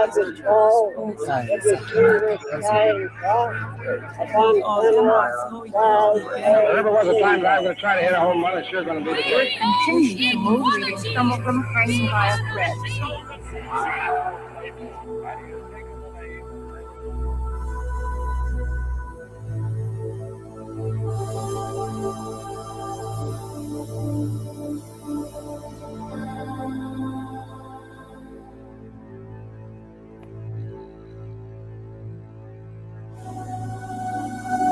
Like a grand and miraculous spaceship, our planet has sailed through the universe of time.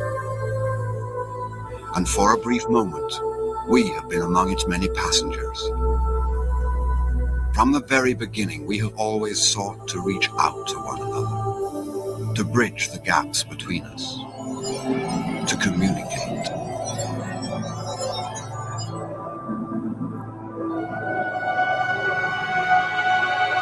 Across a lonely, hostile planet, our early ancestors spread out in search of food and shelter.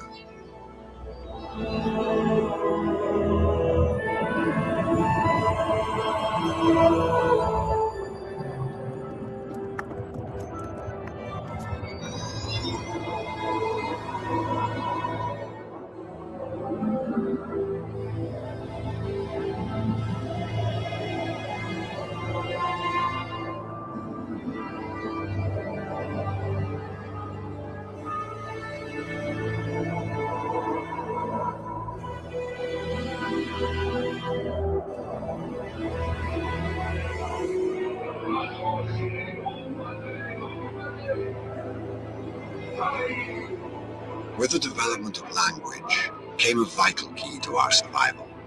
For the first time, we could share and learn from one another. We bonded together in small tribes and prospered. No longer isolated. No longer alone.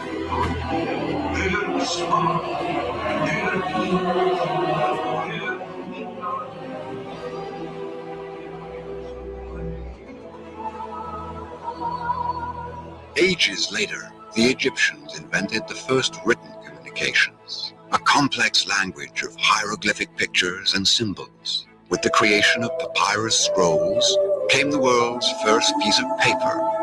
Now, without ever leaving their palaces, pharaohs could deliver proclamations and decrees to subjects across the land.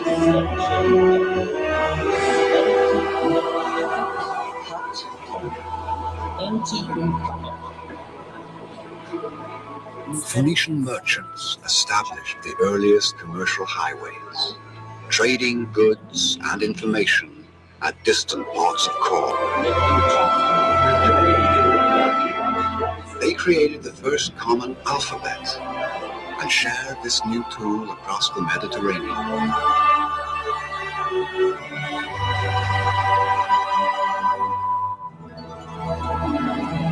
In ancient Greece, the spoken word was elevated to a fine art. Philosophers debated with one another in plazas, and storytellers found a new form for personal expression. The theater was born.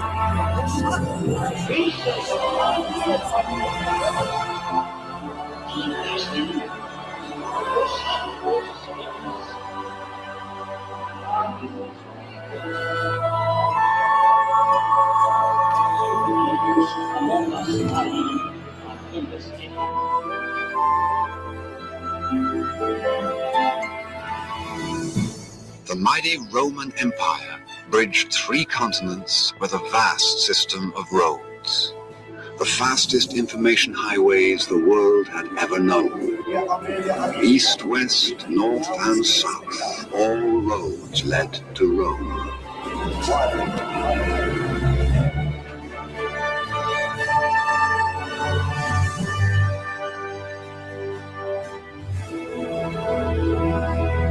But these same roads were turned against Rome by invaders whose destruction left ages of knowledge and wisdom in the ashes that would become the Dark Ages.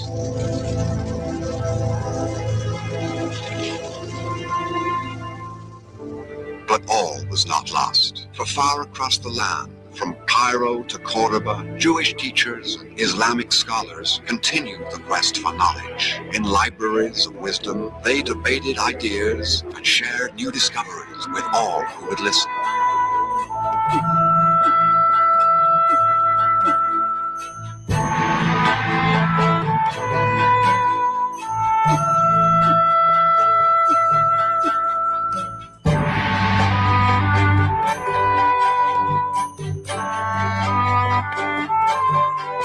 In Western abbeys, monks toiled endlessly in lonely isolation, copying ancient books of wisdom and revelations for future generations. Finally, from the depths of the Dark Ages, came the Age of Enlightenment, the Renaissance. And with this era came a powerful new invention, the movable type printing press.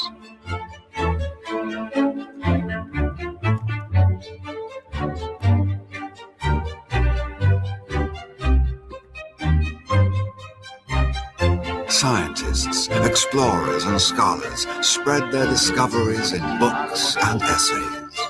Poets, musicians, and artists, fueled by the passion of the age, created timeless works of beauty and majesty.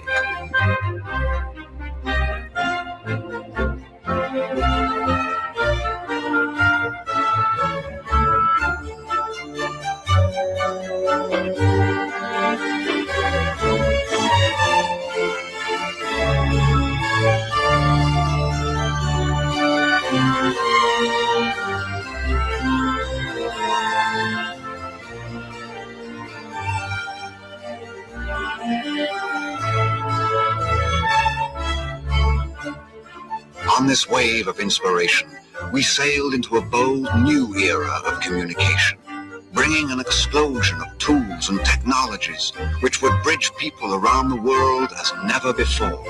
And as our appetite for information and knowledge grew, the world began to shrink.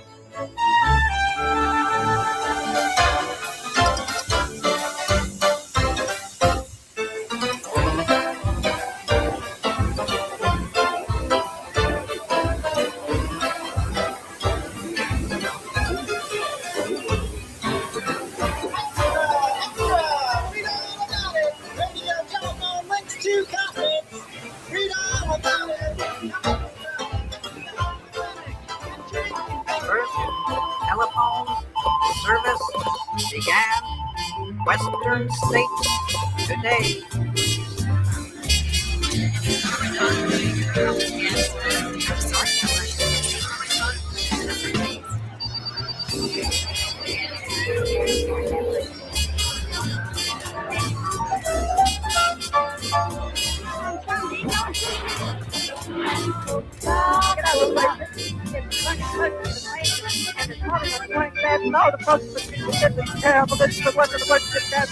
Friends, listen. Now, a big 18-ounce can of BFP takes only 2 days. We interrupt this program to bring you a special news bulletin.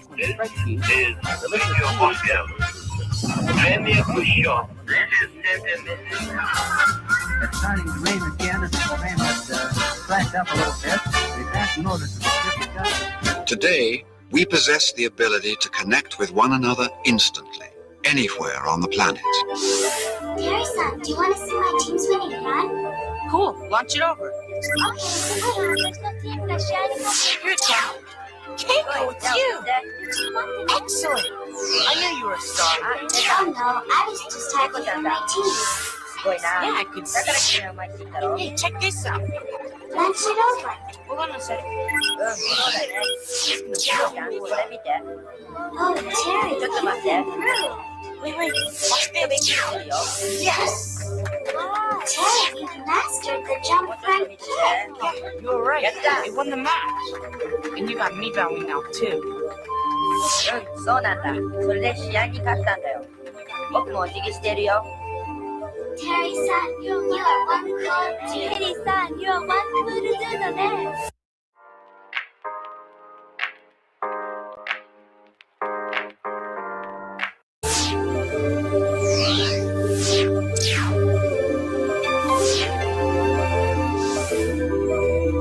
A new communications super network is being built before our eyes.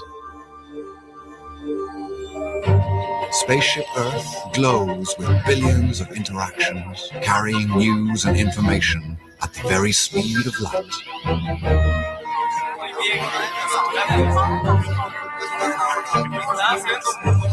But will these seemingly infinite communications become a flood of electronic babble, or will we use this power to usher in a new age of understanding and cooperation on this, our Spaceship Earth?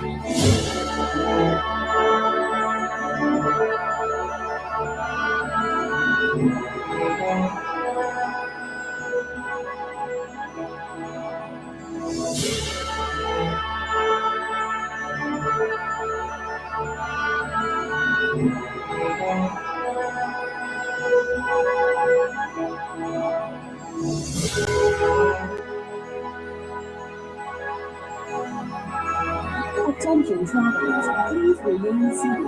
Your vehicle is rotating backwards for your return to Earth.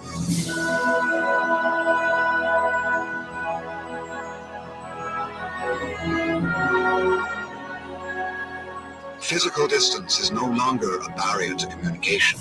Today, the entire world is our next-door neighbor. Our news is their news ours. We share our hopes and concerns with the whole planet. We truly live in a global neighborhood. Please stay with us throughout the day. Expanded up to the minute coverage on that late-breaking story. But first, let's take a fun.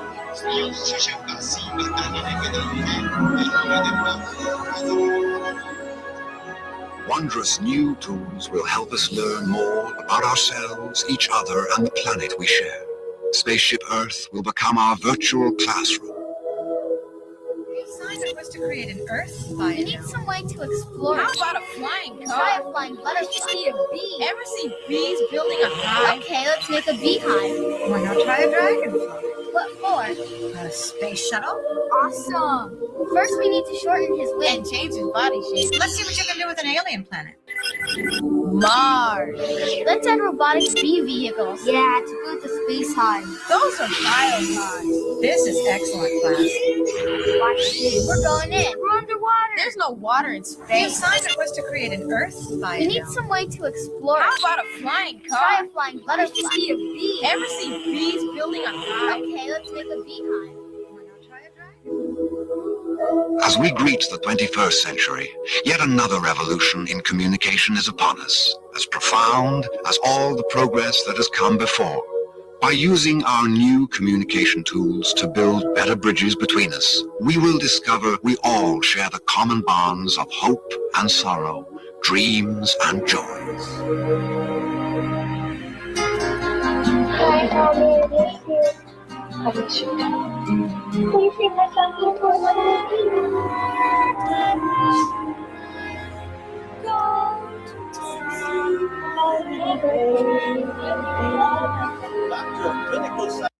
Now you get to see how those scenes would look like. Psychology and class valedictorian. Congratulations, Dr. Nick. Thank you all my friends. It means so much to me. Potentially. And especially to find my grandmother could be here. I did it. Well, this is not exactly what any of us expected. Is my baby brother okay, Doctor? Surprise, Tommy. Your baby sister is doing just fine. Congratulations, Mr. and Mrs. Zywink. You have beautiful, healthy baby twins on the way. When will they be here? Well, let me take a look.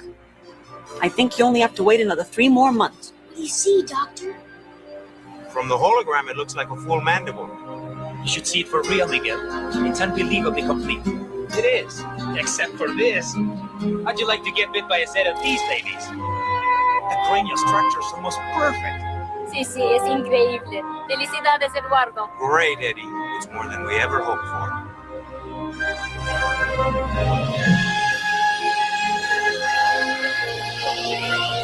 That's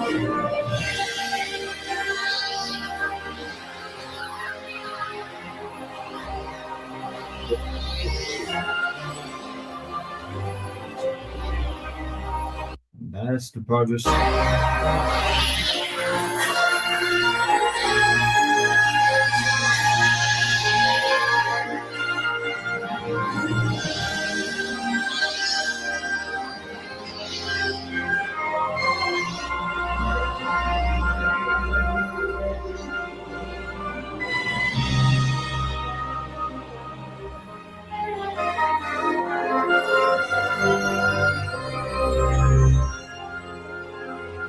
Since the dawn of recorded time, communication has revolutionized our lives and changed our world. We now have the ability and the responsibility to build new bridges of acceptance and cooperation between us, to create a better world for ourselves and our children as we continue our amazing journey aboard Spaceship Earth.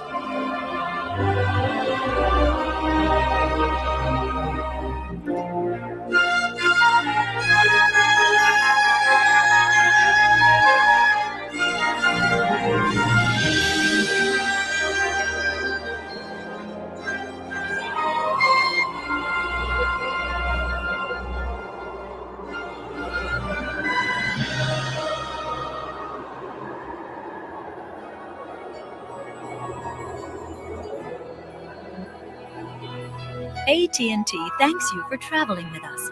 At AT&T, we are dedicated to bringing people together, providing you with easy access to each other and the information you want and need anytime and anywhere. We now invite you to sample the future of communication in AT&T's global neighborhood.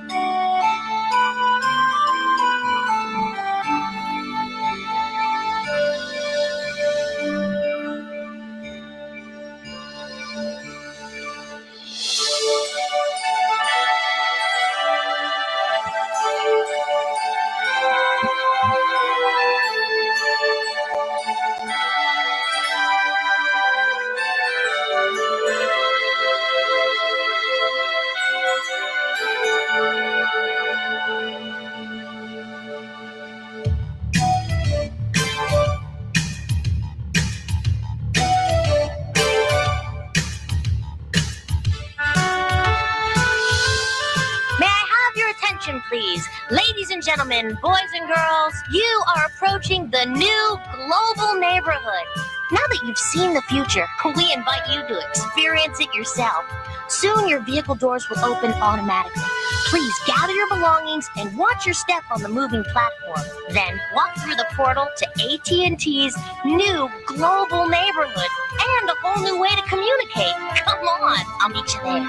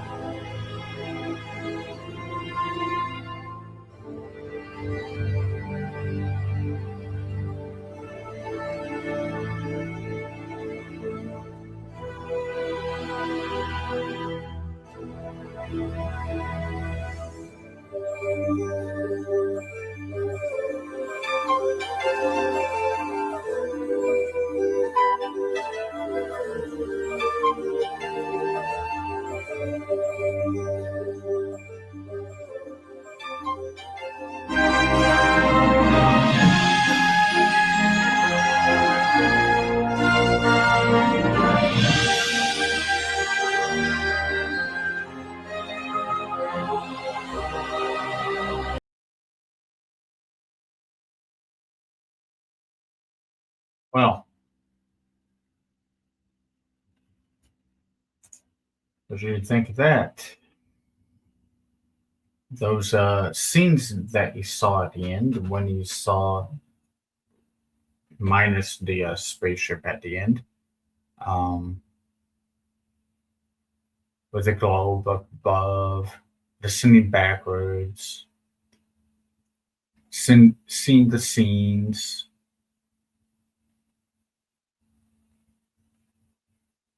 On the side of your vehicle.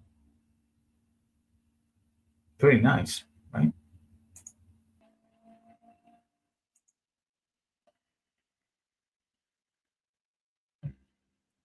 Based upon this information and learning about further information that after watching a few videos during that time, prompted again as the climax.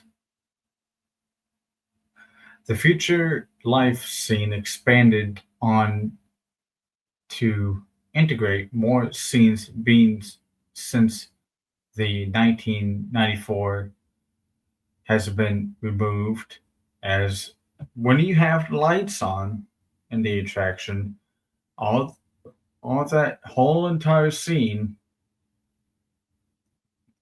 is empty. The footprint is left behind when you have the lights on, interestingly enough. So it could be reinstalled.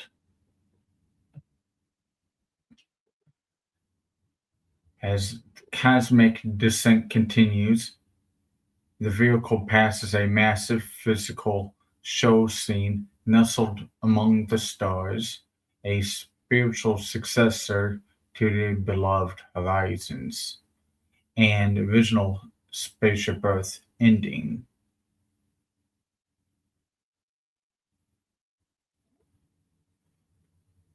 Or endings, per se. The setting, a orbital habit home, guests look into beautifully designed retro futuristic future life house situated on a space colony. It is night time inside the living space. The animatronics, a fully realized next generation audio animatronic family, is seen relaxing. The parents, one is looking over star charts on a holographic tablet. The other is looking out the window. Meanwhile, the children, a brother and sister, are playing with a floating magnetic orbital game. The Pet, a futuristic robotic or genetically distinct family dog, sleepily wags its tail on the rug. The backdrop, Progress City skyline. Looking through the massive glass panoramic window of this home, dominating the foreground, is a breathtaking, glowing silhouette of a large-scale recreation of Walt Disney's Progress City, illuminated by thousands of tiny fiber optic lights. The sprawling utopian skyline features people movers and glowing transit lines, providing that the ideals of the past have become the reality of the future. If big enough, provide the scale of this. Give me the size. Pulling back the little and figurative curtains on this massive multi-level structure stages left behind from the 1994 Jeremy Irons version of the ride that you just saw in that video that I just played. We can expand this descent climax into sweeping multi-tiered narrative experience. Interesting, right? Instead, a single vignette. The ride vehicles now glide past an interconnected, vertically stacked version of tomorrow. Here is the expanded layout, integrating the scale, mechanics, and precision of these classic show spaces. The expanded conclusion climax of the cosmic neighborhood. As the Omnimover rotates backwards and begins its steep downward descent, the vast digital void of the OLED space simulation seamlessly gives way to a sprawling three-tiered physical environment. This massive structure bay uses the full vertical height of the geosphere's core, or as much as can be used. Tier 1, the space station atrium, the reclaimed 1994 space station stage. Before reaching the private residences, the vehicle first encounters the grand micro view of the orbital habitat. The scene is a bursting communal hub of a space colony. Through structured arches, guests see automated maintenance drones tending to hydroponic vertical gardens. Innovation of this, the old structure frame of the 1994 space station's scene is stripped of its stated monitors and fitted with fluid kinetic elements. Sleek, silent transport capsule glides along an overhead track, disappearing into the next zone to establish a sense of a living, breathing community. Tier 2, the setting, the orbital habit home. The Omnimover descends smoothly from the public hub into the private sector, bringing guests face to face with the centerpiece of the habitat, a retro futuristic residential pod. It is nighttime inside the living space, creating a warm, intimate contrast against the deep blues of the cosmos outside. Now, the architecture, the home features soft organic curves, brushed metallic accents, and intelligent smart walls that gently pulse with ambient light. The next generation animatronics. The parents are positioned on sleek carved is positioned on a sleek carved lounger. One parent studies glowing interactive star charts projected from a slim holographic tablet. The other parent stands near the panoramic window, holding a warm beverage and looking out into the expansive vista, occasionally turning to smile at the family. Meanwhile, the children, in the center of the room, the brother and sister sit cross-legged. Suspended between them is a localized magnet field where glowing metallic orbital game pieces float and orbit a miniature star. The children use several hand gestures to manipulate the field, laughing as the pieces shift past all around. The pet, sprawled comfortably on woven fabric optic on a fabric optic rug near the kids is the family dog, a sleek, friendly robotic companion with expressive LED eyes. Its tail rhythmically thumps against the floor as its ears perk up when the ride vehicles pass on by. Perk up and down, perking up and down. His ears do. And Tier 3, the backdrop.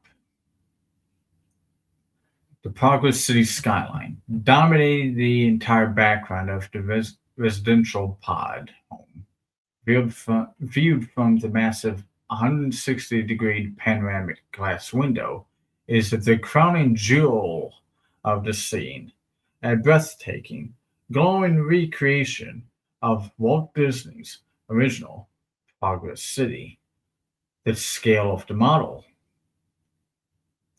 is to achieve the proper sensitive awe and balanced scope.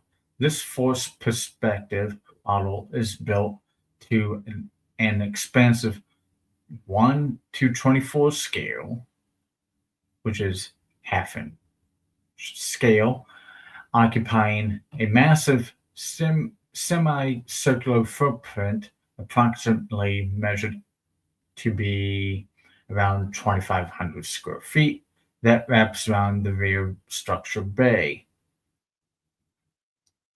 The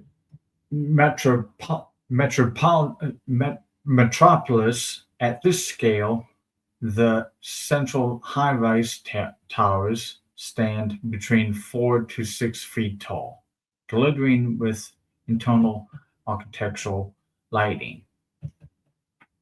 Kinetic energy. The model features hundreds of moving parts, a miniature custom engineered people mover system, snakes through the commercial sectors with microscopic train cars gliding seamlessly along magnetic tracks below multi-lane transit loops, glow with floating neon currents to simulate high-speed electric transport.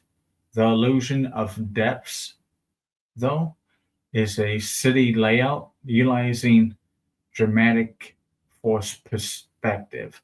The buildings in the foreground feature crisp, intricate details, while the structures toward the artificial horizon shrink to a fraction of the size. Blending in the deep-set cyclorama painted with distant twinkling starlight. The message bathed in the warm glow of the thousands of tiny fiber optic points. This sprawling utopian skyline stands as living proof that the grand mid-century ideals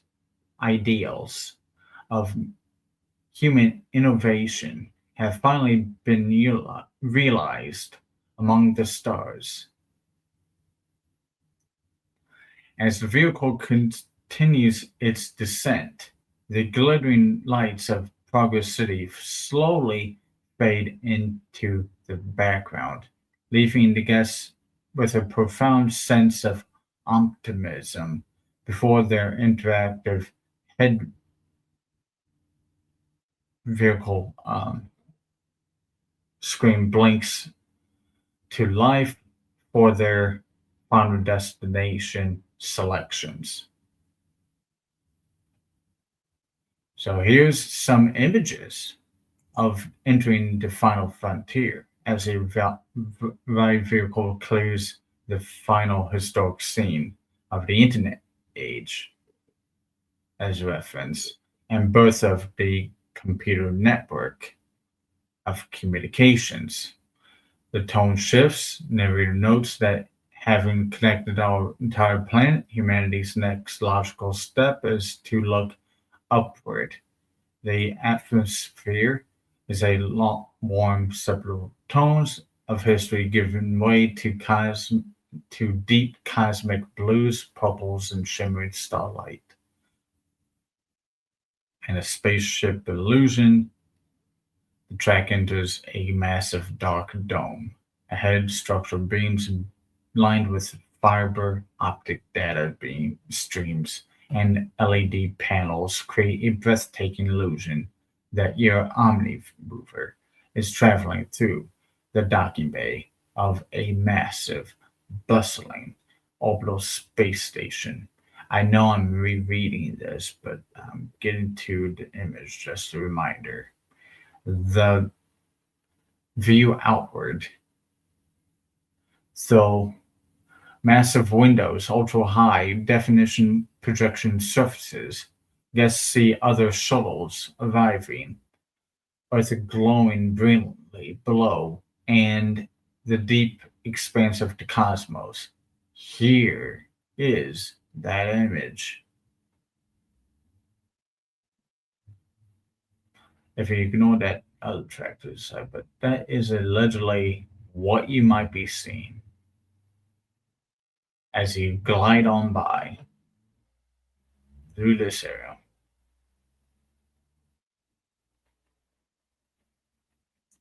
As you just begin your descent down.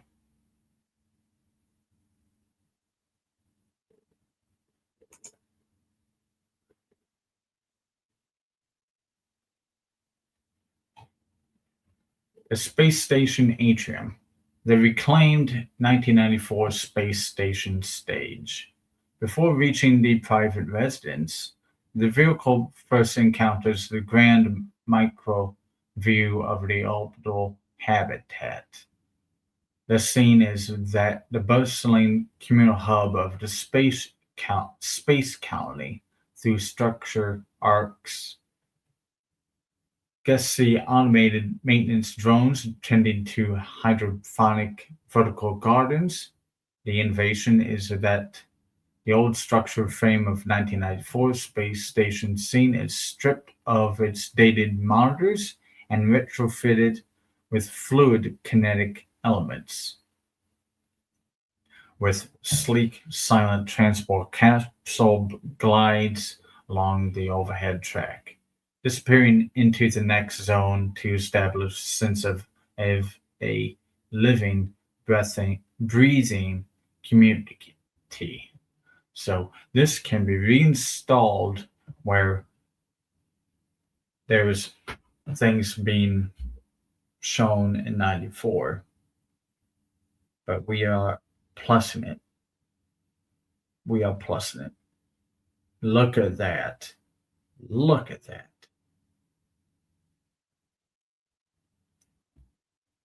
What do you think of that? Oh, there's a little February 17, 2033 strolled on top. Cute. And there's a view of Earth as we are in the space colony here.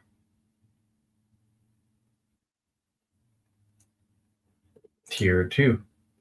We are arriving to the orbital habit home, the omnimover descends smoothly from the public hub into the private sector, bringing guests face to face with the centerpiece of the habitat, a retro-futuristic residential pod. It's nighttime in the living space, creating a warm, intimate contrast against the deep blues and cosmos outside. The architecture. This home features soft, organic curves, brushed metallic accents, and intelligent smart walls that gently pulse with ambient light. With next generation audiometronics of the parents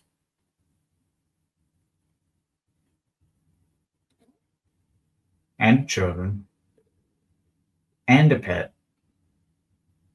in the home. And here is that image, or one of the image I wanted to present to you. This is the image of overlooking the earth below. With all this futuristic come soon space vehicles.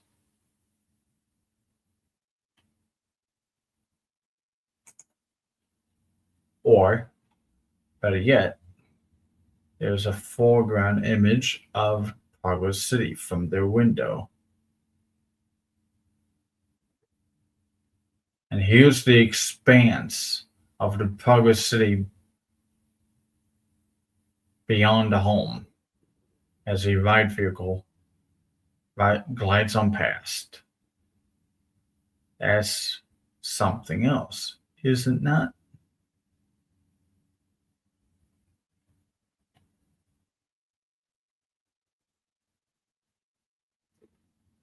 An interactive finale. Mapping your destination as your vehicle nears the unloading station. The interactive screens of the Omnimover have been dark during the awe-inspiring space descent, now light up with a vibrant new interface. Here's an image of how the monitors were, and that's how it will look as you're going through a star-filled tunnel.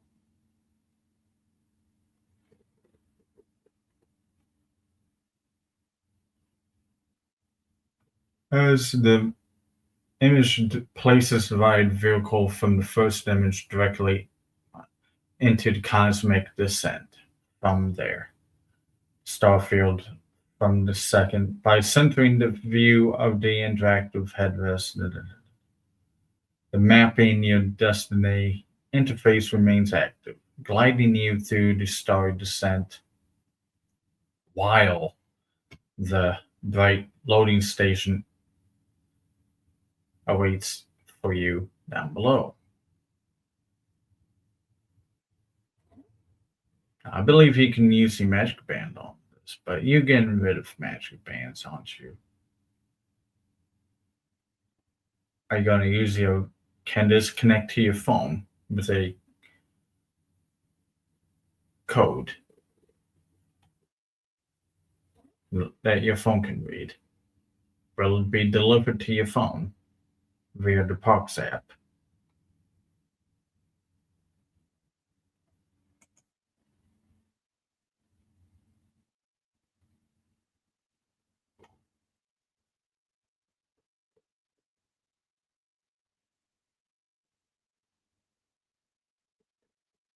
If you want further details of the final decision that you make on your screen, here's further details of each of those decisions, such as choose a habitat. This selection determines the fundamental setting and lifestyle of your future environment, ranging from frontier survival to advanced ecological integration, such as A. Deep space colony. Oasis Station, a massive rotating O'Neill cylinder located on the asteroid belt. Your life here is defined by engineering marvels and the constant view of the cosmos. This lifestyle is a cosmopolitan, technically advanced, focused on space exploration and resource gathering. The key detail: the view of your window isn't a sky, but the other side of the station's interior, curving upward with parks and residential areas centered around an artificial sun line. And B, you have a subterranean lunar city, Optimus Prime, a massive multi-level metropolis built entirely within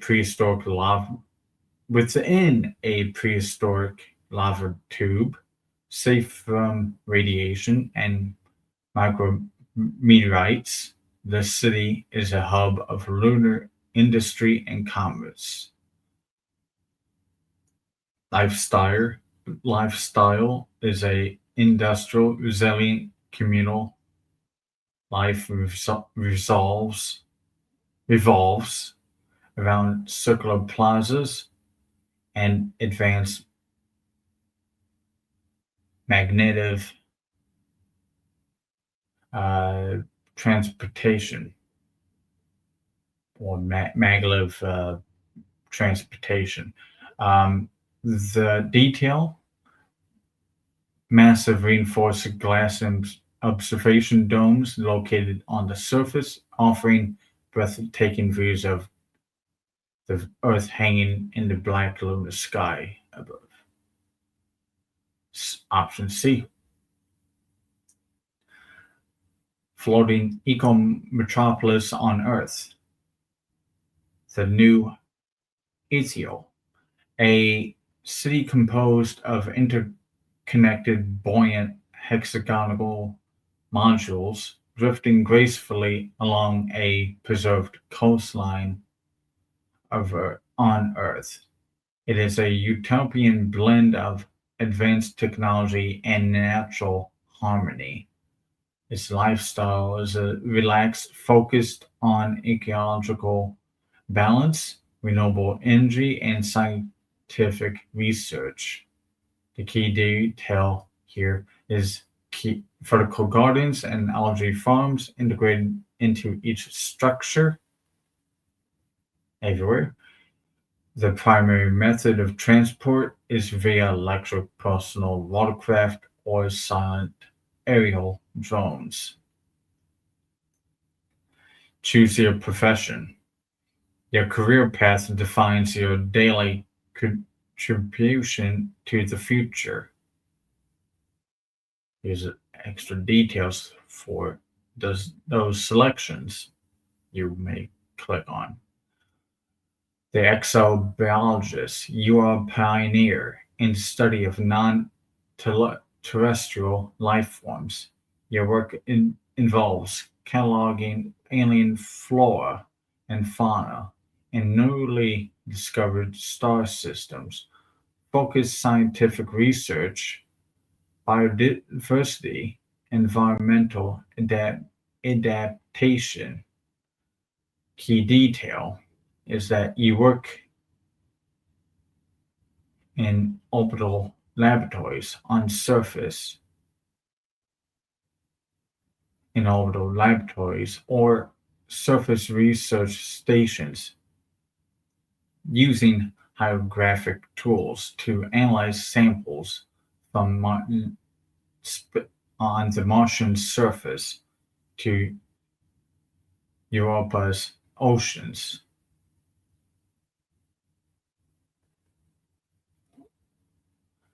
Option B, deep space pilot. You are navigator of the spaceways, responsible for charting safe passages through the galaxy itself. You pilot cargo haulers, explore vessels, and civilian transports. Focus, navigation, astrophysics, intercultural trade, cultural trade.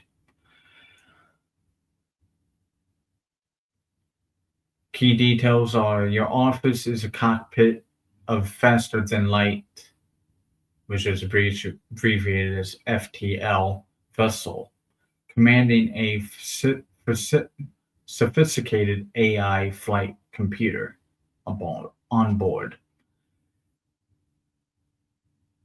Option B, option job C, terraforming engineer. You are an architect of worlds, transforming barren and hostile planets into lush, habitable environments suitable for human settlement. So, Mars is very deserty. That would be their job, trying to create green spaces on Mars and making the air breathable as well.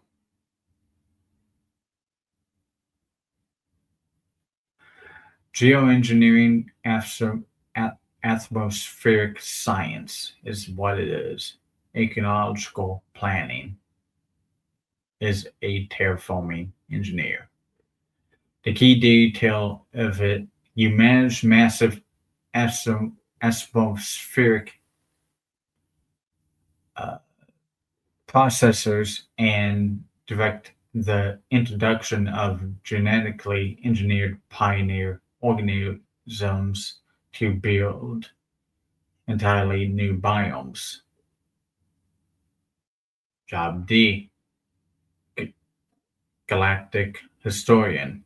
You preserve the history of humanity's journey from Earth to the stars, specializing in documenting the early days of colonization and the first alien contact outside of our own realm of meeting other humans. Focus of it is archiving, cultural analysis, digital preservation. The key detail of this is that you utilize advanced chrono reconstruction technology to create immersive 3D historical simulations in the great archive of on Mars.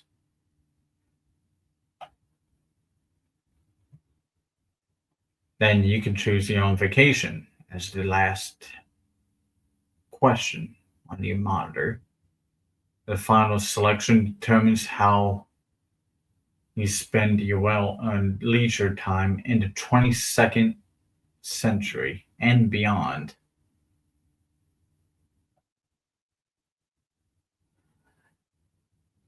Option A, soul sailing cuisine. Relax aboard a luxurious yacht powered by massive lightweight reflecting sails that catch the photons of the sun. The destination is a luxury loop past the breathtaking rings and moons of Saturn, offering unparalleled views of the gas giant of that is Saturn.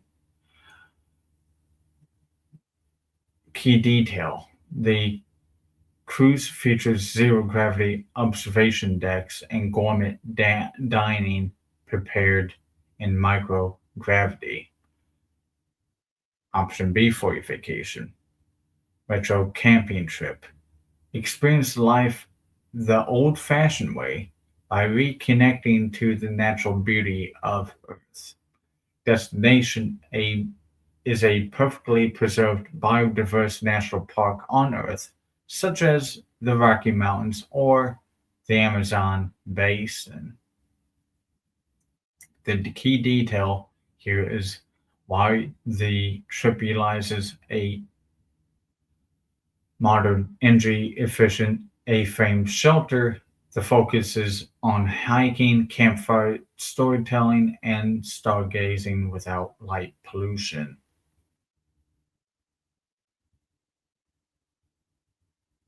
As a part of the selections combined, the guests watch a 1-minute AI-generated short of their choices combined, and it can be saved to the mobile devices or Disney Parks app or via Magic Band, though you are currently getting rid of the Magic Band. Just want to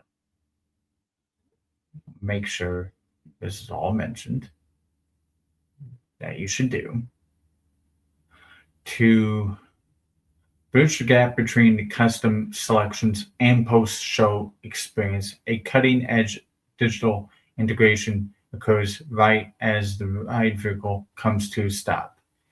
Here's how the seamless, personalized finale operates technically and logistically.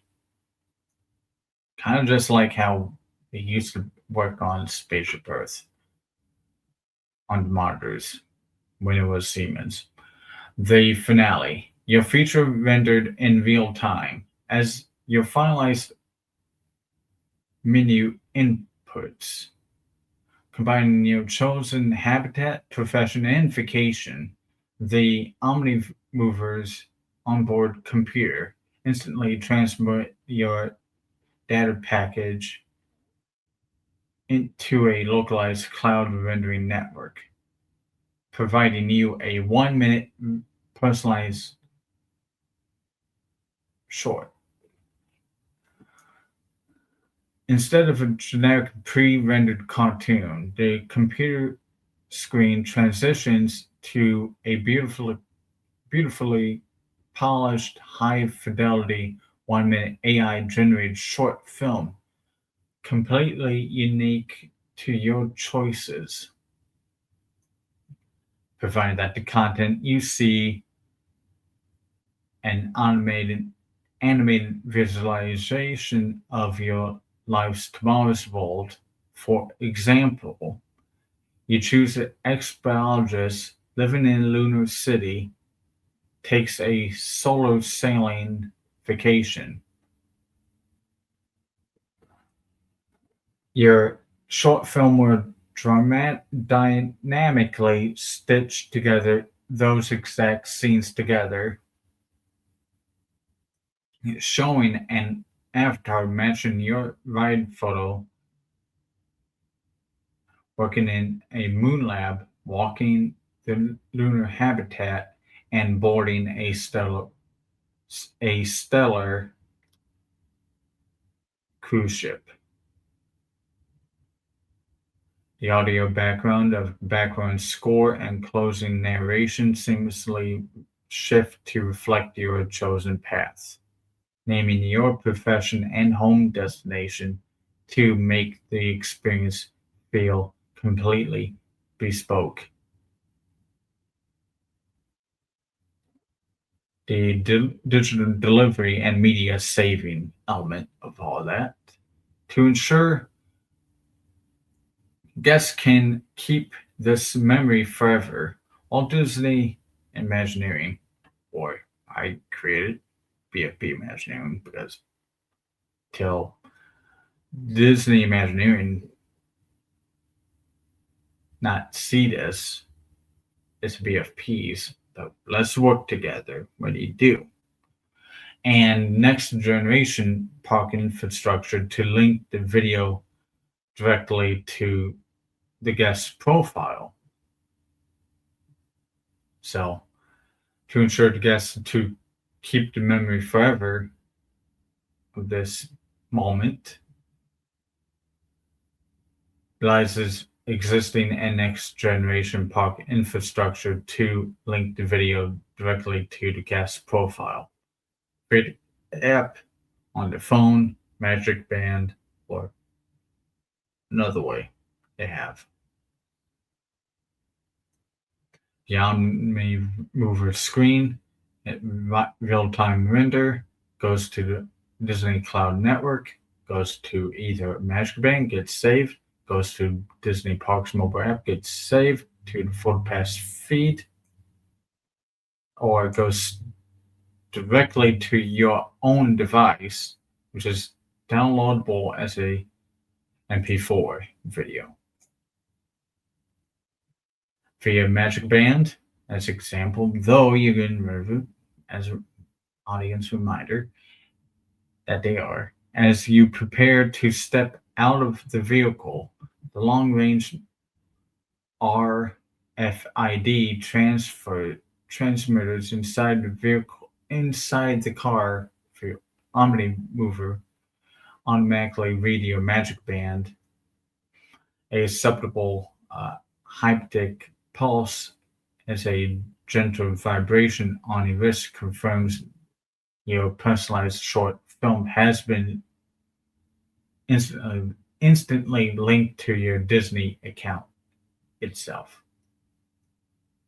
If you choose to do it through the Disney Parks app, or also the Disney Experience, My Disney Experience, within minutes of stepping off the ride into Project Tomorrow, the push notification appears on your phone saying your future is ready to view. The 1 minute short is delivered directly to your media feed alongside your PhotoPass photos, fully rendered in crisp 1080 pixel resolution.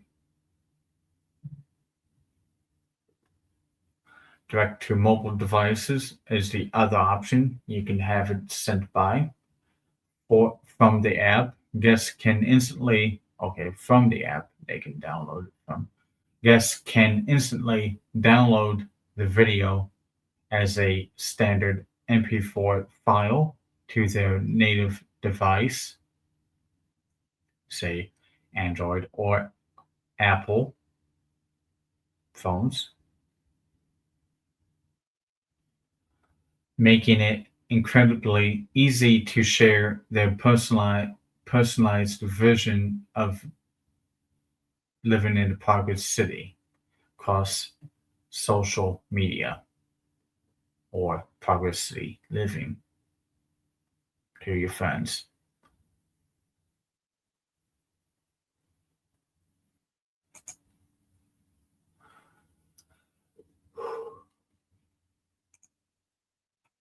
As you can see here, we've only, I can tell you often ahead of time that we've only reached halfway through all this. I plan to, looks like I'm going to have to make part 3. If I have to make a part 4, well, I'm going to have to make a part 4 because it's imperative that I may have to do this just to make sure that certain Imagineers or some execs and everything get the message out that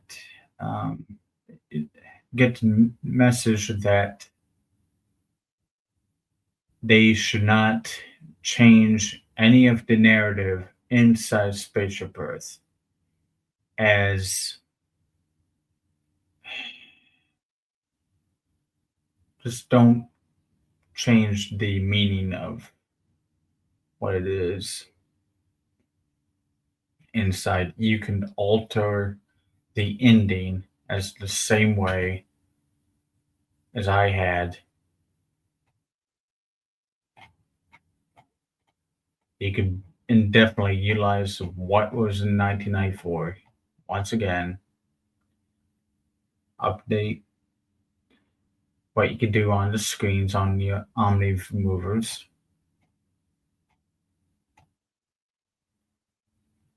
And as I said, utilizing the spaces that were left behind when they were moved after 2002 as such. Here's those scenes.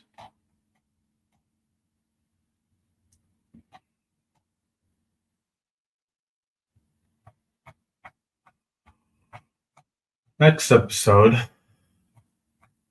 is when I'm recording this, it's 1 a.m.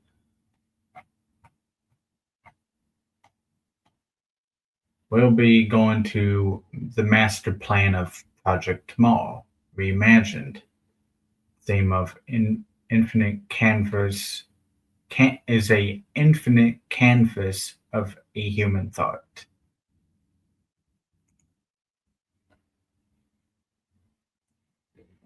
That being said, that's the end of today's show.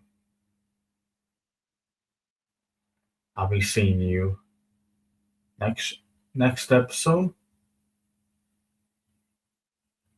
And we got much more to talk about.